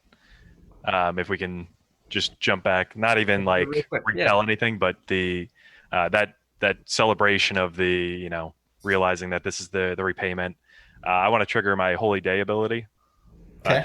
uniting the hero with an attached NPC in celebration. Does that feel right for that situation?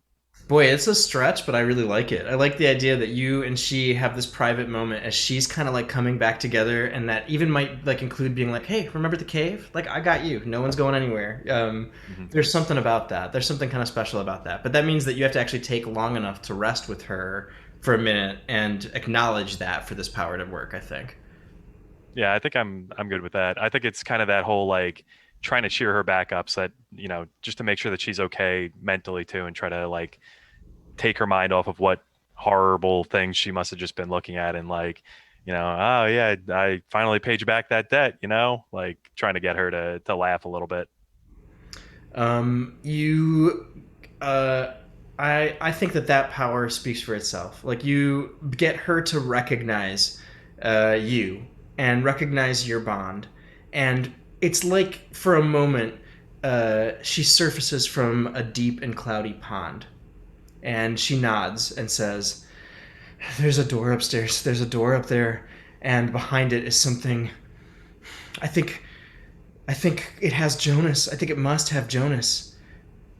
It can't keep him. It can't keep him." No, we're gonna get him back. Don't worry about it. We got this. You and me together.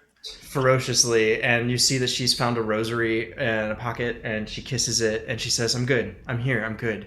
We can do this." Yeah, we beat the cave. We're gonna beat this too. All right.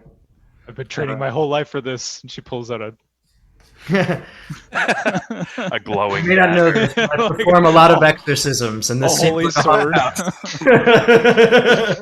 house. Great. What is your holy I day? just finished exorcism class.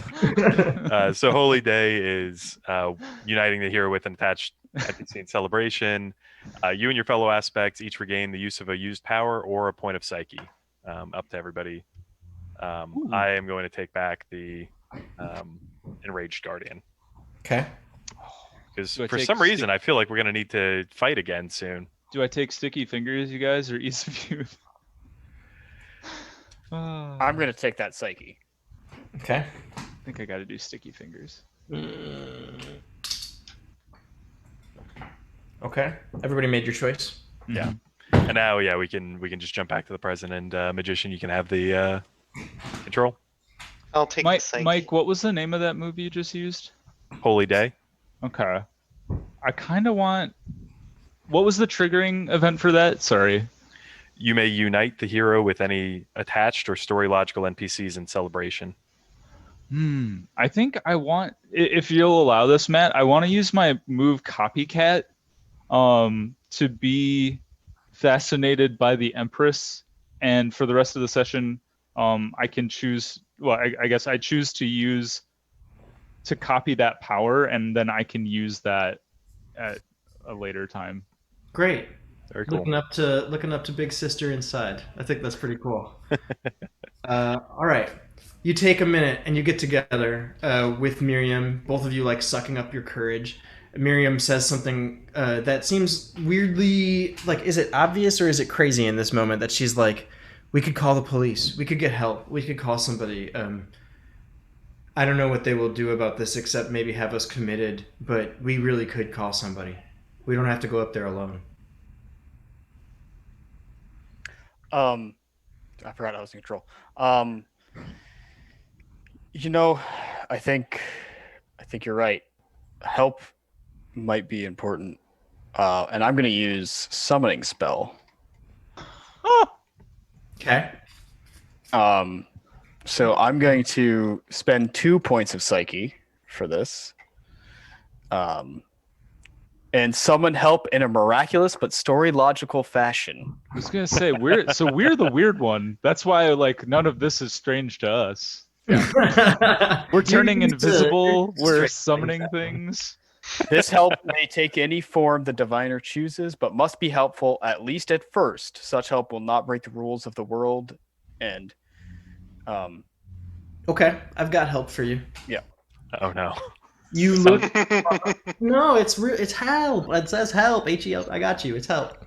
You look across into the kitchen and you see the reflective pans that are hanging above the island, and you can see the reflection of your own face in the windows cast back at you very lightly.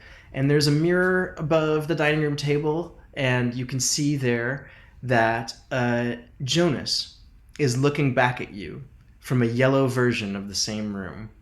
And you see Jonas's face is all smiles, just so happy you're here. That celebration was more than just you and Miriam. He was here too and feels it and knew you would come and is trying to help from the other side of a strange coin. He points up and then goes, Like pat my pockets. It's like in the car. I'll go get it. Wait. This. You get the message. Then he leaves the reflection, moving towards what would be the stairs in that inverse house. And you can see him moving up the opposite way, leaning down the banister to keep eye contact with you for a minute. And then a air hug, just so brief, like happy you're here, man. You feel it. What do you do? I go get the gun from the car. You crunch back out over the glass, and you get to the door, and you walk outside, and then you look around with disorientation. You're in the basement, in that room. I think he was saying to cover our... Miriam is not here. Is not with you, but upstairs you hear her calling your name suddenly. I just sigh and go back up the stairs, not looking at anything in particular. Great. Keeping your eyes the fuck to yourself. You Yeah. make your way through the basement, back towards the creaky stairs, and let yourself back up into the main room. It only takes 30 or 40 seconds, but in whatever that amount of time has passed, there is no more Miriam here. This house sucks. You goofed. Yeah. Yeah, I think this was meaning to cover your eyes. It's okay. It's Well, I thought it meant up there, not outside. I thought whatever. Yeah, you were the one that told me to close my eyes in the first place. This is fun. Against the creepy things. I don't know. I thought outside was safe. What do you do? Oh God. I'm gonna put you up for grabs if that's okay. Yes. Help. Yeah. Go ahead. Oh no! I mean, if you're gonna do something, go for it. Nope. I think I'll walk up the steps and just kind of pat the magician on the back. Just it's okay, it's all right here, and I hand him a plate of food as as he goes back down the steps. I like take some pie and like eat it as I slide down the slide. You get stuck halfway down and lose the pie. Very So who's sad. in control? Don't What do you take do? that from me, Ben. I'll take control. This situation. Before we give anybody control, what are you? You're awfully quiet over there. What are you thinking, Tink? Oh, I'm not sure. I'm thinking the notebook is important, but the gun is definitely more important. But Well, the you're High in the Priestess room wants with- to know what's in the notebook. Well, you happen to be in the room with the notebook, you realize. You look and see that it has found its way underneath the desk when the chair and desk collided, and you see it down there, a couple of the pages wrinkled under themselves in an ungainly way. Oh, hey, grab that notebook. I Who's in Who's in charge control? right now? It's the magician, right? and I pick up the notebook. Hey, all right. Fool's in control. I You like grab- somersault up onto the thing. Uh, All right, I wanted to read this initially anyway, so I flip it open. There's a little bit more here than you can consume quickly. Do you want to flip through it and try to get a read on it using either empathy to see if you can sense at what point Jonas's writing begins to reveal things to you, or perception, looking for something that just jumps out in a useful way? I think I want to look and see. I think I want to look and see if I can find a clue as to why he thinks it's.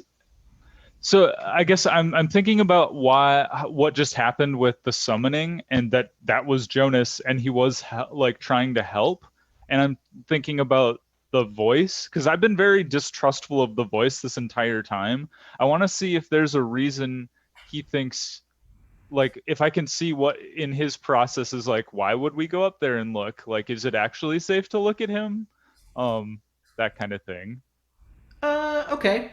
You are flipping through the book, and the first part of it is about, you see lots of written notes about buying this place, and you can see that there's a couple of maps printed with some lines drawn over them, and a couple of those lines intersect in this location. Big red ones drawn across a large-scale map, first of all of the city, and then of just the neighborhood, and you can see that they just intersect quite perfectly here. Whatever those lines trace, it's of interest to Jonas for that. And then you see lists with things crossed off, and some of those lists include paint, chalk, incense, sage, and then you get to some diagrams, and you see an enormous pentagram, and around it candles, and then instructions, and then it gets to some personal parts about friendship, and you can see that the handwriting is getting a little erratic. And finally, you hit a page that just fills you with interest because it's near the end, and near the rest of the end are mostly preparatory notes and a couple of phone numbers and little things, a little place where money was calculated. But one of those spots near the end says, "It's a spell for 3 people. I'm only able to do the first part myself. The rest they will have to do because they know and love me."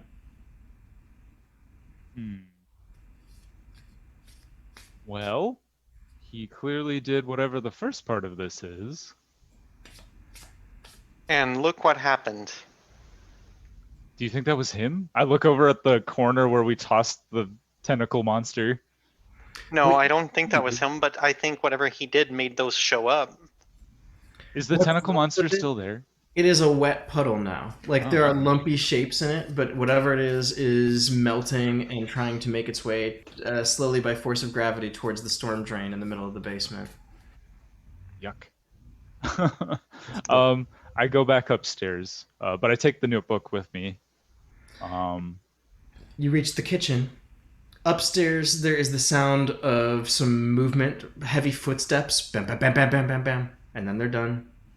There is a little bit of a shake in the place that lets the chandelier above the dining room table set itself to sway. What do you do? So we think we can walk out of here by closing our eyes and going to get the gun. Is that... Don't trust your eyes. Feel around Hmm. to find the front door. Okay. And I close my eyes and I feel my way to the front door, if I can. This feels like an active test of focus. I would say that what you're trying is awfully hard to make it from where you are, eyes closed, all the way out to your car. So I would say, at the moment, this may be a couple of tests. Let's actually do it this way. I'm going to tilt my camera down, and actually, I'm going to make a little more space over here. Each of these is going to be a challenge on your way to your destination. Do we have all three of those in frame? Yep. Mm-hmm. You can overcome these any way you want, and I will set up each challenge as we go through it. And if you are successful, you will meet one of these greater cards at the end of your journey to define the experience for you. You ready to try it? I am ready. Fantastic. The first challenge is just making it to the door, navigating by a sense of touch through the house. I say that's an active test of focus, and that because you have been through this space now a couple of times, a mere -1 for your lack of sight. Cool? Yep. So an active test of focus would be a success on a 6 and up. You're trained. What's your swing? +1. So total of 2 points of swing. That means we see success on 4 and up. Here's our first result in this path. It's the right suit, but the wrong number. In fact, the worst number you can get. This will be a disaster. Anyone, you want to mess with that? Did you take sticky fingers? Yeah, I'm going to steal that card. Good deal. That's your ace now. Mine. All right. Let's try that again. We're going to replace that card we just took away with another. You ready? Yep. That's what we want. Woo. A 7 of cups. The right suit, the right number. And it is about walking away, knowing when to walk away. I think that meaning is perfect in this context. I'm going to say that it allows you to go very sure-footedly. And if you want to, you can lay your hand on another knife scattered on the kitchen counter if you have such an interest, or you could grab something else as a nature of your crit. Is there something else you want to put your hands on? A lighter. Jonas. Yeah, he's just with me now. That's a bit of a reach. Where's the mirror? Barbecue lighter. Do we? I would make You that said big. the keys. His keys were here, right? Yes. I want to grab his keys.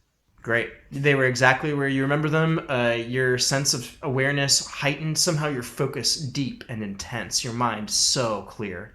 You've got the keys. You find that you're up those few steps and your feet are crunching on the broken glass. Now you're at the door. This next card is about willpower.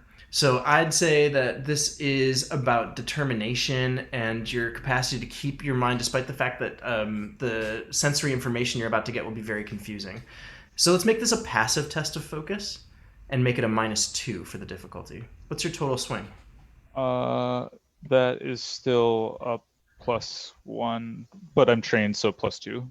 So that cancels itself out. We're looking for an ace to 5. Say when? Oh, not say when. We've got one. Ready? 5 of swords. But that includes some self-harm. 5 of swords is about selfishness and success, but I'm going to say that you do it at the slight expense of feeling your foot plunge out into unsupported space. You miss the first stair and feel yourself fall to the ground, but you keep your eyes closed, and you're a little banged up as you hit the ground. You taste a little bit of gravel in your mouth and spit it out and stand, but still eyes closed. You hear birds tweeting. You feel sun on your face. You feel the blaze of it through your eyelids. You are not in the basement. You are outside, eyes closed. I meant to do that. The next bit is getting to your car and getting your car open. I think it is the last test of focus here, and I'll let you choose if you want it to be active or passive. Let's do which passive is low, right? Yep. We'll do passive. You decide to just trust the world, and you find your way to your feet, and you try to move. We have the Four of Pentacles. It's a success. Again, everything in its right place. The car where you left it, your fingers find your own keys. Your key find its way into the lock. You turn it, and you hear the reassuring chunk of all the locks in the car opening up for you. Still eyes closed, you pull the door open. Your gun is in where? What, the trunk or something like that? I was assuming it was in like the glove compartment. Classic place for an antique revolver, isn't it? Mm-hmm. Great. Like for an old school mobster. Exactly. It's not a front-loading kind. I don't know the difference. I don't either. The time it takes to load it. All right, you find it and the small box of rounds next to it. I assume you don't keep it loaded in your car. I don't know. I wouldn't think so. So, eyes closed, you take a small moment of dexterity and pin it together. Here is your reward for this situation. Death. We died. I'm sorry, you guys. Death is change in tarot. And I would say that this change is you mastering your nerves and fear. You don't drop a single round. The thing is full. Somehow you have no idea whether or not people can see you or doing what you're doing, but you turn around with a loaded handgun and tuck it into your waistband and eyes closed, try to make your way back to the house. Is that the situation? I just love the idea that somebody is like out walking their dog. This man walks out of this house, falls down the stairs, gets up blindly, finds their way into the car, takes a gun, loads it, puts it in their pants, and walks back into the house. Someone just not the weirdest thing that person's seen today. This city's gone to hell. It's one of those things, you know. Whatever. Honestly, on the list of things, this isn't the weirdest thing you've dealt with today. Like, you don't even know how to quite think of it anymore. You have the thing. You feel you're pointed back towards the house. Eyes closed, you begin to make your way. And when you feel your feet crunch against the steps and take you up over broken glass, you know you're back inside. Your eyes are still closed, and at the top of the stairs directly in front of you, you can hear a voice of someone who must be standing at the very top. And you hear the voice say, "That was impressive. Control. You have self-control, Spencer. You have self-control. You've learned self-control." Jonas, you know, we went through this together, both of us, right? Jonas has no control anymore, man. All that's left is for you to come up here and let's be together. I think that the thing I will show you is something that you would be interested in. You have so much ability to control your emotions and control your mind. I've watched you walk throughout my house. I've watched you avoid my gaze. I've watched you save your friend and hold yourself together with steadfast resolution. And I must admit that I admire you. I see you, Spencer. I see you all the way down into the deepest, most precious part of yourself. And I want you to know that I am an admirer. Is it speaking in Jonas's voice? It is, but with none of his inflection. Sure. Could I turn it into a friend with a power? No, I don't think so. This thing is too vast and alien for what you think of as friendship. I think Or just a retainer? Well, What if if you I have make it enough our money, war? anything is possible, I suppose. But I think almost instinctively, I point the gun at it. I don't open my eyes still. I just kind of point it in that direction. Give me my friends back. come in to the door and fetch them yourself. Fine. And I open my eyes at that point. Whoa, whoa, whoa, whoa, whoa, whoa, whoa. There's no one standing at the top of the Okay. stairs. And then I immediately just start marching towards the stairs. Inside, that yellowing of your space is deeper. That sudden and terrible autumn has spread all the way to the trees closest to your park. And above you, there is now just a simple circle where the trees let in the light of the stars above. There is a sense of enclosure here, like you're in something's fist on the inside of your mind. You make it up the 2 flights of stairs and look down the hall, and you see that the yellow door is ajar. Just slightly. A soft amber light comes from within. What do you do? I am walking directly up to the door and I kick it in. Wait. I'm going to say that nothing comes free. We've already gone above and beyond for our friends, so this totally violates that code. It may. And so that would allow the hero's conscience, when another aspect takes an action that the hero would go against the High Priestess code, I can interrupt them and call for a vote between me and the other aspects. All aspects get 1 vote, but I get 2. All right. And if I win the vote, I'll take control. If I lose, they will keep control. The High Priestess does something that widens that tower and makes it so that all 4 of you are standing in it. The High Priestess makes their case. Say what you want to not happen as a result of this. What's the action you're banning by violation of your code? I don't want to go in that door right now. Like, this is obviously not somewhere we need to go yet. We're not prepared for this. We can't just walk in there and shoot it. We're going to end up hypnotized, just like Jonas, and stuck inside a frying pan. We need to look at that ritual in the book and see more details of what he did exactly to figure out how to undo this. The creature isn't going to tell us how to stop it or to save our friends. It's pulling us into a snare. I think we need to do something unexpected. This thing has been watching us the entire time we've been here. If we keep walking around the rooms looking for a clue that's not here, it's just going to take them. Like, there's no way we can get them back if we don't do something now.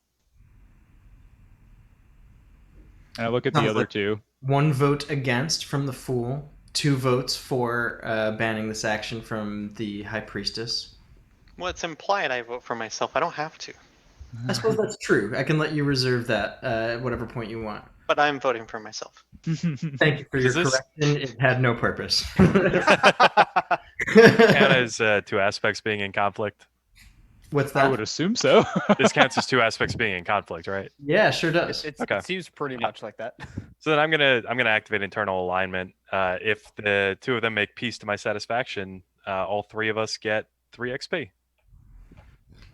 Since we're in a one-shot and XP isn't super helpful, I'll make that the restoration of a power or a point of psyche for anyone that wants to take that bait. Even better. So what I'm gonna say when the rest of them turn to look at the Empress for her vote, I think we can all agree on one course of action here. I don't believe that we need to necessarily choose between the 2 of these. It's just about the order of operations here. We want to go save our friends. Trust me, we all want to save our friends. But charging in there right now, I don't think is the right option. I think we need to be fully armed, or we stand no chance of protecting the people who need our protection the most.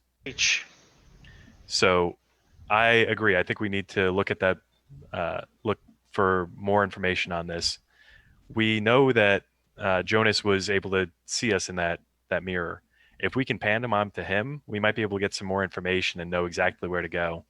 It seems like this thing pretty much survives by being looked at. That's how it's able to ensnare and hurt us. If we can get Jonas to give us even just a rough idea of where it is, we may be able to charge in there and hit this thing without it knowing that we're coming. I think the only person we haven't heard from is the magician in this. I think being unprepared is, no pun or disrespect intended, a fool's action. Who will burn? Yep. So that sounds like 2 votes. It's not very decisive of you, is it? Ooh. Being decisive is not always about taking immediate action. It's about taking the correct action, no matter how hard it is. Well, Sounds near Sounds- unanimous. yep, it sounds like only the fool is willing to go into the yellow door. So, you have control, Tink. The space returns to normal. There's only room for 1 now in this tower unless you choose to share. You have control. What do you do? First off, did we resolve this to the Empress's satisfaction? I don't think so. I was going to say, I'm going to turn to the fool and say, how about this? What if once the High Priestess finishes the preparations, we let you charge in there guns blazing? That's not the point. It's already done, and I go back to my private space. Oh, the fellowship is broken. All right. Well, you have what you want, High Priestess. You stop at the door. It is ajar. From beyond comes the exhalation of wind from another world. What do you do? I'm going to use Moonlight's Bounty. Use this power when you're keeping at least 1 secret. You gain 2 XP or regain the use of a power for each secret currently kept. Now, when I turn invisible, does that lose the secret? It doesn't say so, does it? It just says that No. you get to have it for the rest of the scene. So no. Okay, so I have 2 secrets. So I will regain Shadow Sense. Mm-hmm. And I will regain Oracular Vision. Great. And then I will use Shadow Sense, which will spend a point of Psyche and learn a secret on the topic of your choice. How do I kill it? You have already seen its weakness. You already know it can be done. If it has already shown you that mauling its eye reduces it, then that vast eye lies in this strange yellow realm. And you would have to find something mighty enough to pierce it. And even as you consider it, you realize that killing this thing is truly beyond your mortal hands. It will always exist. It is huge. It is enormous. What it means to your world that such a thing could exist is whatever it makes you feel times quite a lot more. You see it very deeply. If you wanted to, there must be some outsized miracle that would allow you to pierce this thing's eye somewhere inside its bizarre yellow kingdom, but you would be much more lucky to survive encountering it there than you think that would be possible for such a course of action.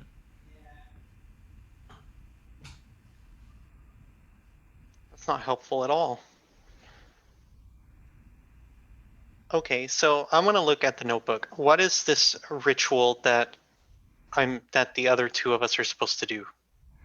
Taking time to look through the notebook for a minute here will cost you a little bit of time and be a test of perception.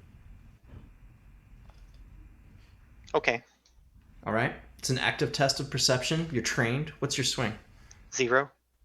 So you got a +1. That means 5 to 10. Looking for swords. Say when.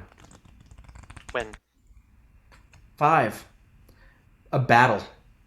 The 5 of Wands is an all-out fight. You look and you see that the nature of this is that there is eventually, let's see, you're reading through it and you get to a part that describes a confrontation. That if 3 can come together and choose the right spot in the yellow space, that power can be seized. Something can be taken here. And that, you realize, is the point of this. As you look through this notebook, you can see Jonas's work. And now that you're really taking time to read through it, you can see his greed. You see the moments where he has underlined the gain of material wealth as in some book page that he's ripped out and glued to the inside of this. You can see that the compact for this, the theft of something from that yellow land, will be brought into this place, and with it, the power to command kingdoms, the power to make of oneself a king. This must be the result that Jonas has been looking for. Well, nothing comes free. Okay, I'm going to share what I've learned with the other aspects about the secret. We can't kill it. It's not possible. We can probably mitigate its influence here, and if we follow this ritual in here, we might be able to take some boon with us back outside of this yellow other side of the coin, but I don't think we can just go in there and shoot it and kill it. You've spent another 20 or 30 minutes or so reading through the notebook and considering together and taking your time paging through it to gather this information. The day is waxing on. What do you do? I'm going to look at the pots and pans, and I want to see if I see Jonas or Miriam in there. You look back down amongst the reflections, and you can see on the first floor that you don't see any of your friends in there. Whatever allowed you to peer into whatever that reflected space was and give you some image of it, it's no longer down there. If you want to, you can try back up on one of the upper floors. Can I grab a mirror and walk backwards? Yeah. There's a small, reasonable sized mirror in the small bathroom downstairs. It comes off the hook, and now you have a large mirror. So now you're walking backwards and guiding yourself by way of that? Yes. As you do, you can see that in the corners of the room, occasionally the reflection points back at you a body, in some cases completely nude, not of any person that you've ever seen before, their face entirely engulfed in swimming tentacles. Whatever they are, they're only in the reflected space. The yellow light that falls on them is not also falling on you. But you can see them watching you. There are more of them than you realized. They're all over the place. They're watching from the balcony above you. They're watching from the gap in the wall that leads to the kitchen. They are waiting to see what you will do in the final stage of this game. You make your way to the stairs. Are you going back up them, not looking like backwards through the mirror? Yeah, backwards to the mirror. But as I'm walking up the stairs, back inside our head, I'm just gonna ask the other aspects. Is this worth it? Like, we could just leave. Meaning what? I mean, we've already gone through a lot to save Jonas. I do feel bad for Miriam, and I kind of really feel like we should get her out, but I don't think we're going to make it out of this. You're suggesting we leave our two closest friends in a yellow otherworldly hellscape. Well, when you put it like that, it sounds awful, but I think if you put it anyway, it sounds awful. I think if they could talk to us right now, they would be telling us not to go up there. He pointed upstairs when we talked to him a minute ago. That was when he saw us be badass ninja downstairs and he thought we were cool, but like, this is terrifying. Well, true, but just because it's terrifying doesn't mean we have to give in to that. I don't know. Like, they'll never be able to repay us for this. And our friendship will never be the same because they'll always feel like they owe us. Well, I don't believe that that's worth their lives. Well, they're still alive in there. Well, not in the same way.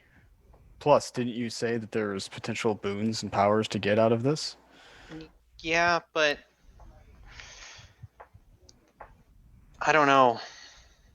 I mean, Jonas couldn't handle it, but you said yourself he's not always the most capable. We've done a lot for him. We could take that power. We could control it. So what are we going to do? We're going to go in there, walk backwards with the mirror. I'm guessing we're going to go to some other sort of plane of existence on the other side, will the mirror still even work? Should we get like some Pringles can lids or something so all we see are shapes instead of actual things? Like something to obscure our visions so we can walk forwards, or are we just gonna do this backwards? Well, step one is we're going to walk through the door. The rest we'll find out as we go. That was some sexy magician confidence right there. All right. Well, let's do it. Just gonna walk backwards through the door. I'm gonna put you up for grabs. Someone please take it. You make your way up past them. There are so many of them. Audience to you. Their eyes turned inward, their eyes corrupted by whatever the thing is on top of them, but still they see you. They're here to watch. A court of some bizarre yellow king. When you reach the top and you look, the door is even more open. Some of its light spills out into the hall. Are you ready to go in? In the shared space, the Empress looks over at the magician, gives him a knowing nod, and heads back into her private space. Okay. All right. It's just the three of you then. I'm gone That's too. just two. Oh, it's just two. That's right. The fool has taken So it. the Empress has just abandoned us. At least for now. Space. I hope she's making pie. She makes the best. You know me so well. I am absolutely going to make pie. Yeah. I like how you never mentioned pie in your character creation, but we have all decided it's pie. Yeah. Well, I can't actually eat it. Only the mice can. I look at it and I want it, pie. and I know everybody's enjoying it, but I can't actually eat it, and so I just don't talk about it. So I'll take control. Great. Thank you so much. Yep.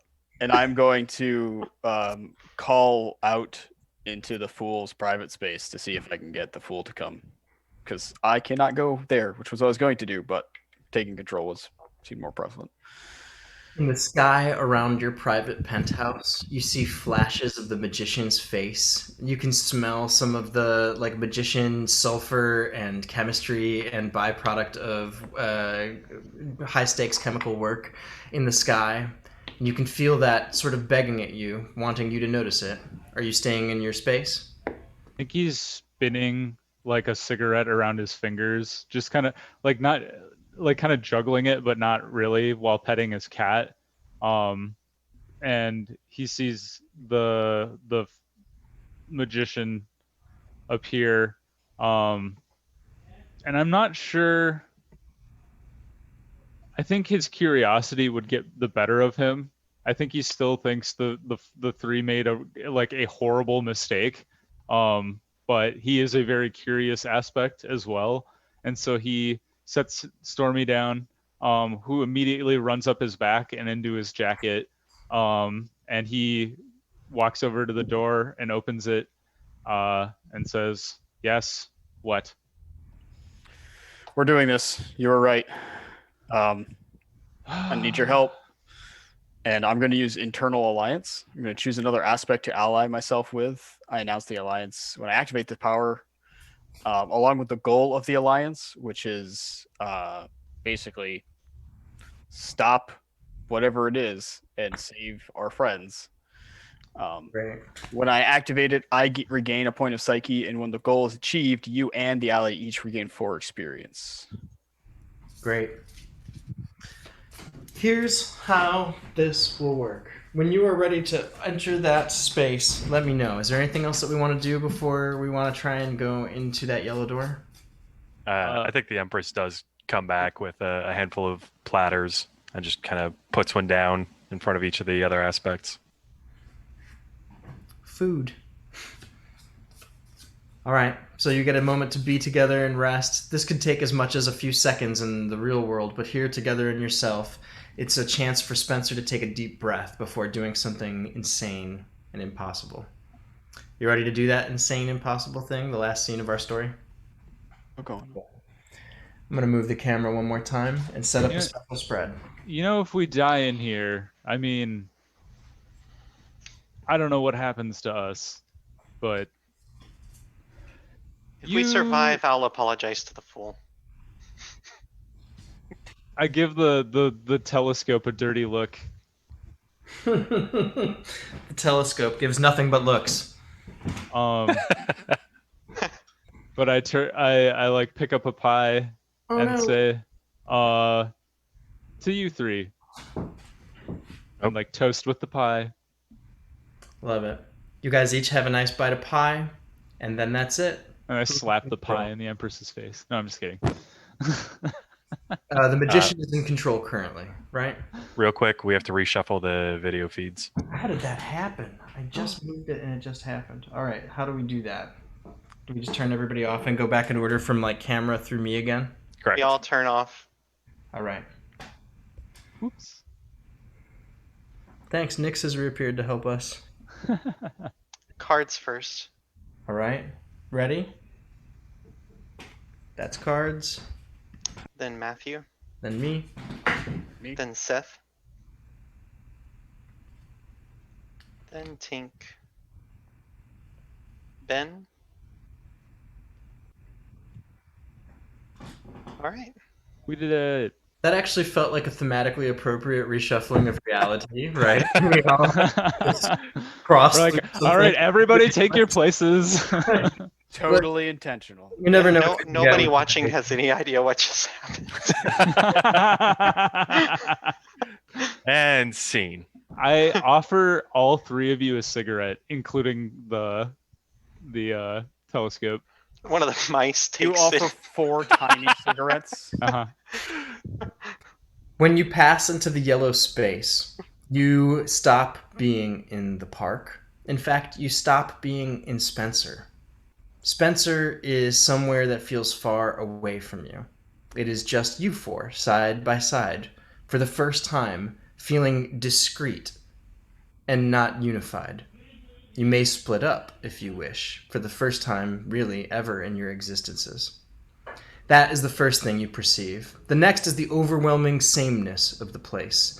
The vast yellow expanse of floor, made of stone, carved, but far larger than any floor needs to be. It stretches out into the distance a very long way. It is all yellow. You can choose. Are we all together initially, Matt?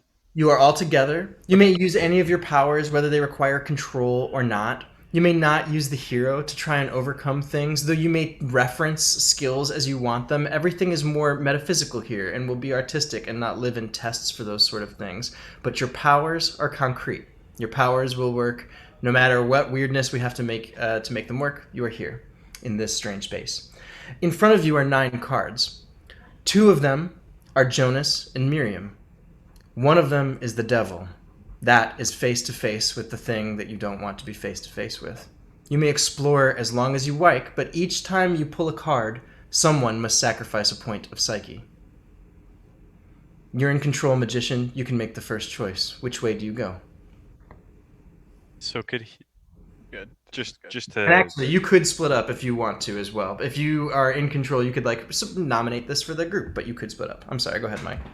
Just real quick, metagamey. Could the fool technically use Holy Day in this situation, as we're taking a second to like? For you four, yes. Right. That's kind of what I was thinking, because it talks about the NPCs, but you know, that's up to the. I was gonna say that's up to the fool, but all right. I was waiting until we ran into Jonas, but that works. Whatever. That feels like that'll be the end. Yeah. You take a deep breath together and take in this bizarre, strange place. And rather than have it destroy you, you feel reassured that all 4 of you are together. A moment ago, you were fractured and apart, but at least whatever you're going to face here in this bizarre abyss, you're going to face together. That's a How much point of psyche does that? That's a point of psyche or power? Correct. Oh, that's right. Or, yeah. So I've just put one on all of you guys, but let me know if I should take it back in lieu of a power. How much do you guys have, just so I know? For Psyche, I had 4. Okay. I have 3. I'm trying to decide if I want one more. Yeah, I'm at that point too, Seth. I'm trying to decide between... I think I want to take Beginner's Luck back, because the idea of being able to redraw an unused skill just sounds good. I took back a power, so you can take that Psyche away from me. Okay.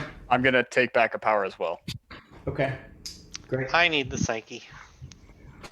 All right. If you stay together, then whoever's in control can make the choice of the first card on the table. If you split up, you may all actually choose different ones if you wish, but it will cost each of you psyche separately. Now these cards, I understand you're doing them different than normal tests. Will my oracular vision allow me to peek at those? Yes. Okay. That's awesome. Peek at one, just see the devil. All right, we'll go everywhere else.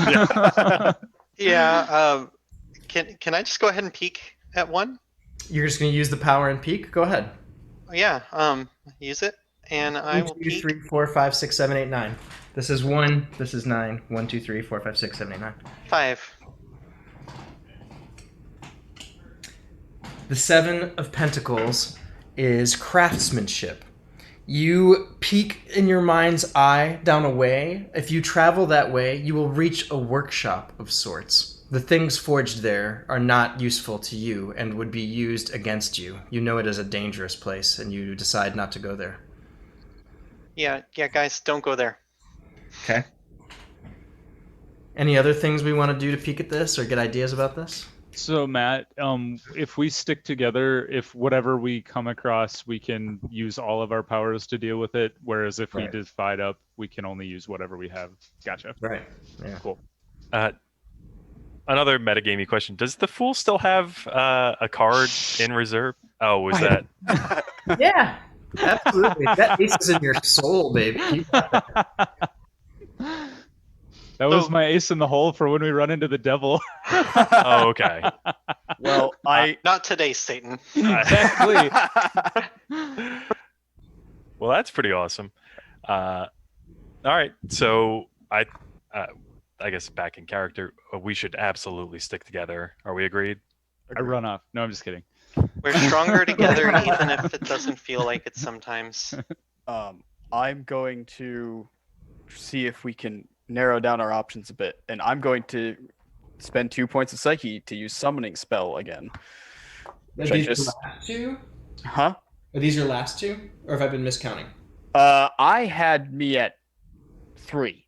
Okay, so I might have miscounted. That's okay. So you use summoning spell, and I think that means that You summon Jonas. you hear Jonas some way away, and you can just follow the thread of his voice. You hear him, and you just feel a difference. It's not the other thing speaking with his voice. It's him in this reflection. And moving through this bizarre space a little bit, eventually you come to a place where one whole wall is lined in framed mirrors. And you can see him excitedly behind one, and his voice feels like it comes from some distance. He's so excited to see you. He points down towards a direction deeper into this yellow space, and then again puts his hand in front of his eye. Guys, I got it this time. Do you really? I thought it was pretty obvious last time, and you kind of botched it. Hey, I can learn. We'll see. So, do you follow that advice and go the direction pointed by Jonas? Yeah, I follow all of the advice this time. So that would be pointing you in the direction of the third card in our spread, the number 3 position. How do you feel about that? All right. Okay. I'm going to reveal it. Yep. Hey, you get down to a room where there is the mirrors end abruptly, and there is a large arch. And on the inside, you see Miriam sitting on the floor, cross-legged. And you can see that there is another strange mass amassed on her face. And that behind her, there is just like an unbelievable collection of mismatched garbage. There is a bicycle, and there is a weight set, and there are trophies, and there are like weird hats, and there are just all kinds of stuff. Is that a Jeep in the back? There's just all kinds of stuff in this room. What do you do? I close my eyes and walk towards her. As you look, you see beyond that there is a mirror. And the mirror is half covered, and you see Jonas peeking underneath. And Jonas points. And instead of pointing at Miriam, you see that he is pointing at a small case on the table behind her. Like a box, a little jewelry case maybe. Do you skip her and go to that? Do you go straight to her? What do you do? I'm going to put you up for grabs too, in case somebody else wants to make this decision for the group. I will go to the case. You make your way around Miriam. The thing that has her even more deeply than perhaps the other one did. She makes no sound. It doesn't speak to you. You crack open the case, and you can see in the reflection to your right, Jonas is like jumping up and down madly. And inside, you see your ring. It has a very yellow hue. Inside its stones, it doesn't look clear any longer. It looks cloudy and yellow. Jonas is making the put it on gesture. I will slip it on. You do, and in the same moment, you see him navigating something on his reflection side of things. All around you, there is a sudden burst of movement, and you can sense that there are other things in this hall with you. They will converge on you, perhaps, but for a moment, you can see your choice. You can put this ring on and claim it. It's a theft from this thing. It's a way of stealing something from its own dark cave. It's a way of taking back a little power. But the things that are around you are already swarming, and Miriam is a little ways behind you. They will reach her before you, and you can sense that they are charging with wrath now. No intention to collect, an intention to punish. What do you do?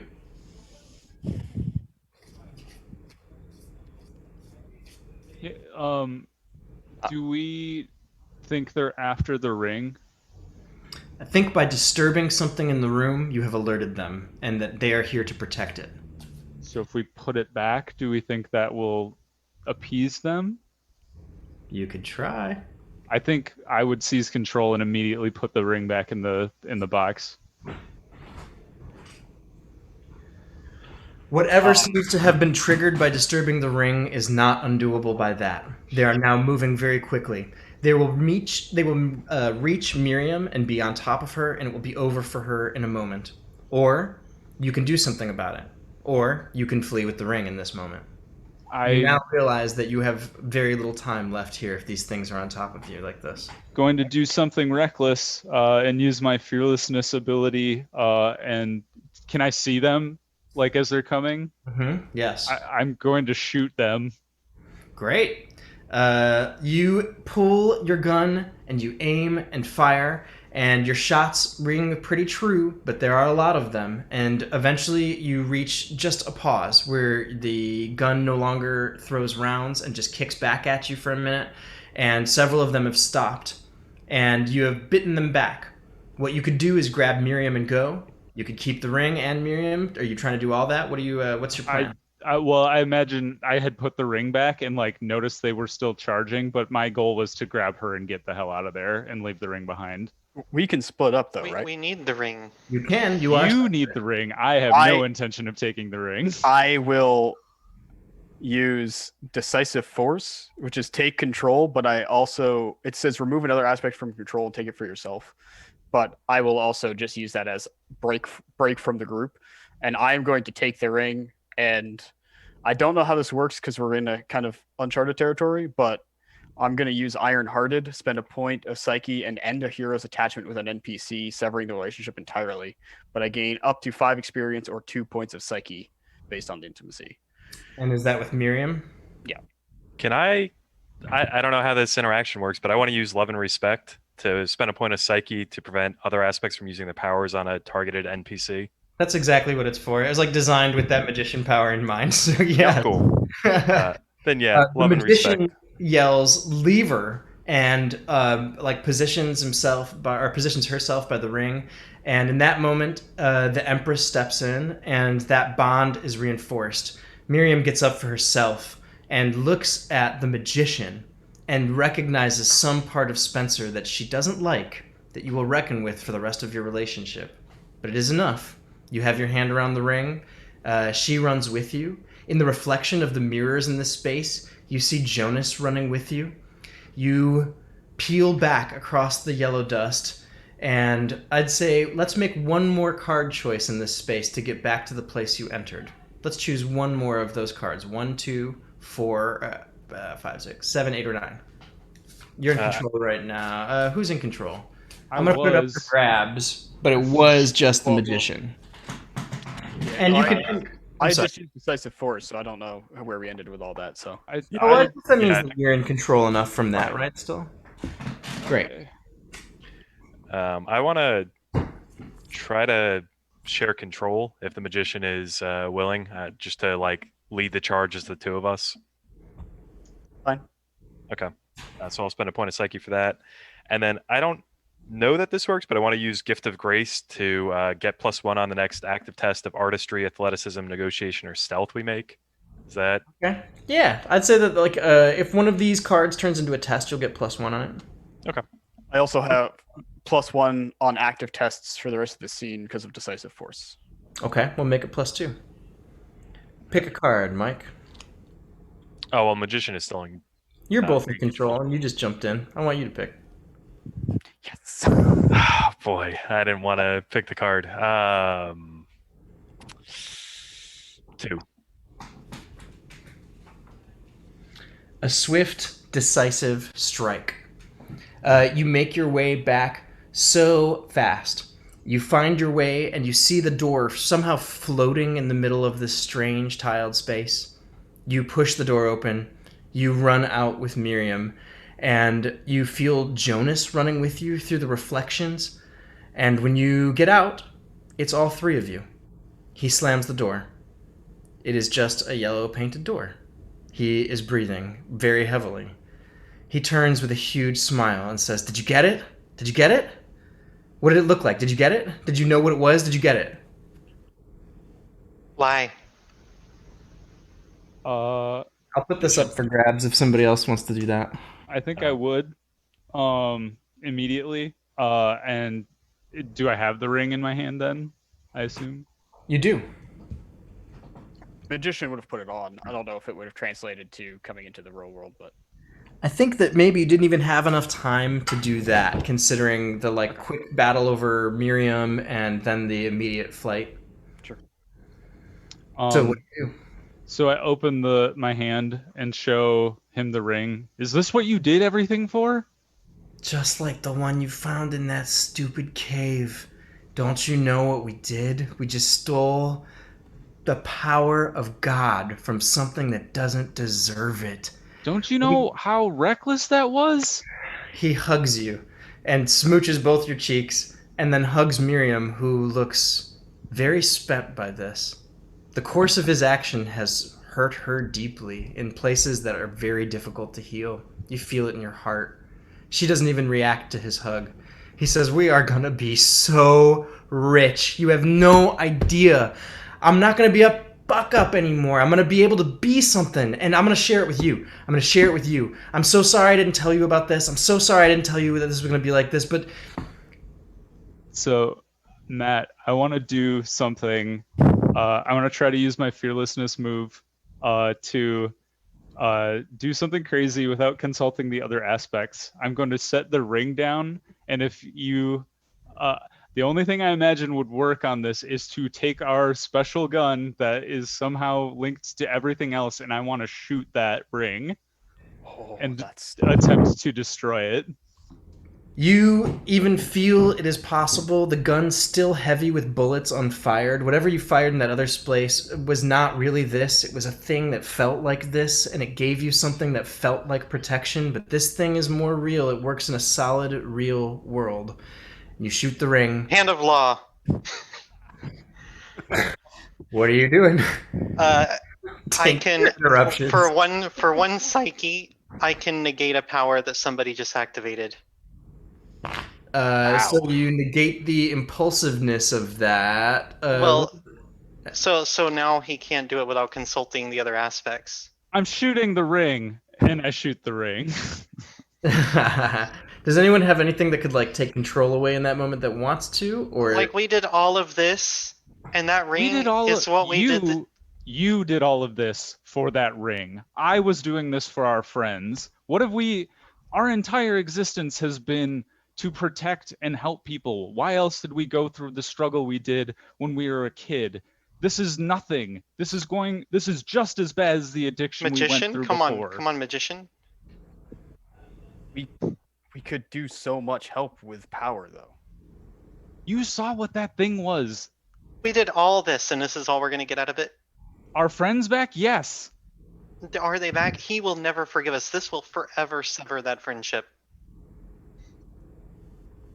Empress, you know I'm right. No, I don't. I absolutely don't. We should have left that thing in there. We got our friends back. That's what we came in here for. They're what's important. What's important right now is moving on and forgetting that this happened, helping Miriam to heal, helping Jonas move on from this delusion that he's been living under. Whatever that ring is, whatever power we get from it, will be tainted with whatever space that was that we were just in. The nightmare that we've been going through this entire day will never end as long as that ring still has power. In the end, the decision is really only the fool's. And I think I know what you're doing. It's like bullet time, pun intended. And it's just like, I know what you two desire, but we went through a very dark time. We almost didn't make it out of that time. And I am not going back there. And I pull the trigger. The ring breaks. You see Jonas's face break with it. He is still screaming at your back as you walk down the stairs with Miriam. As you crunch over the glass and make it back down up the steps, you still hear him yelling, "Why?" But then Miriam says, "Thank you." And you see her in there. And you know your story continues. Rich now with the knowledge that the world is way stranger than you thought it was. Can I spend a point of psyche to make her a best friend? Yes! Is a floorboard like $100? Do you have to replace the whole floor? Whole floor? What are we talking about? What? Well, Shot the floor, so we're tallying That's damage what we're worried to the about. house. That's the real damage is within. Real damage. Oh, we have dollar made figures away. here. The Oh, people right. on the stream are keeping track. That's Somebody's true. I made a whole thing out of that, and then we really didn't break nearly as much of the house as we could have. I thought there would be more. We chaos. broke more of ourselves, to be honest. Yeah, that was pretty good. I've got 285. Well, I want to be respectful of the time that people have put into watching and kick it back to Nyx, but I just want to say thank you to all of you for making such a cool, rich story, and thanks to everyone who watched. Thanks, Thanks everybody. for running that, Matt. Thank you. Yeah, great, Matt. thank you That so was much, fantastic. everybody. Thank you, Matthew, for running us through a fantastic story. I know we and the Discord community were on the edge of our seats over here listening to the whole thing. I can't wait for you all to go into the chat and see our reactions. Seth, Tink, Ben, Mike, thank you so much for your creativity tonight. And everybody that is watching, thank you so much for joining us. Thanks for chatting along with us, asking such great questions, showing so much interest in this game. We have had a just delightful time building it for you, and we can't wait to get it out into the world for you to play too. The last time I checked, which was a few minutes ago, so this could be different now, we had one spot left in our session tomorrow night that we're running. So if you go in the Gen Con catalog and look up A Hero Arises, or you can also search by Divination, but A Hero Arises will get directly to our events. And tomorrow night, there's one spot left. If you want to try playing this yourself, feel free to jump in that at Gen Con. And if you're not already following us on the social medias, we are at Divination RPG on pretty much everything: Facebook, Twitter, Instagram, and we've also got the website divinationrpg.com, where we've got a mailing list that you can sign up for and get updates when we're ready to kickstart and get this thing out into the world. So thank you again, everybody. I'm Nyx, and coming to you from Chicago with my creative partner, Matthew, and my awesome friends, Seth, Tink, Ben, and Mike. We thank you all and wish you a great night and a great Gen Con. Night, everyone. Night, everyone. Everybody.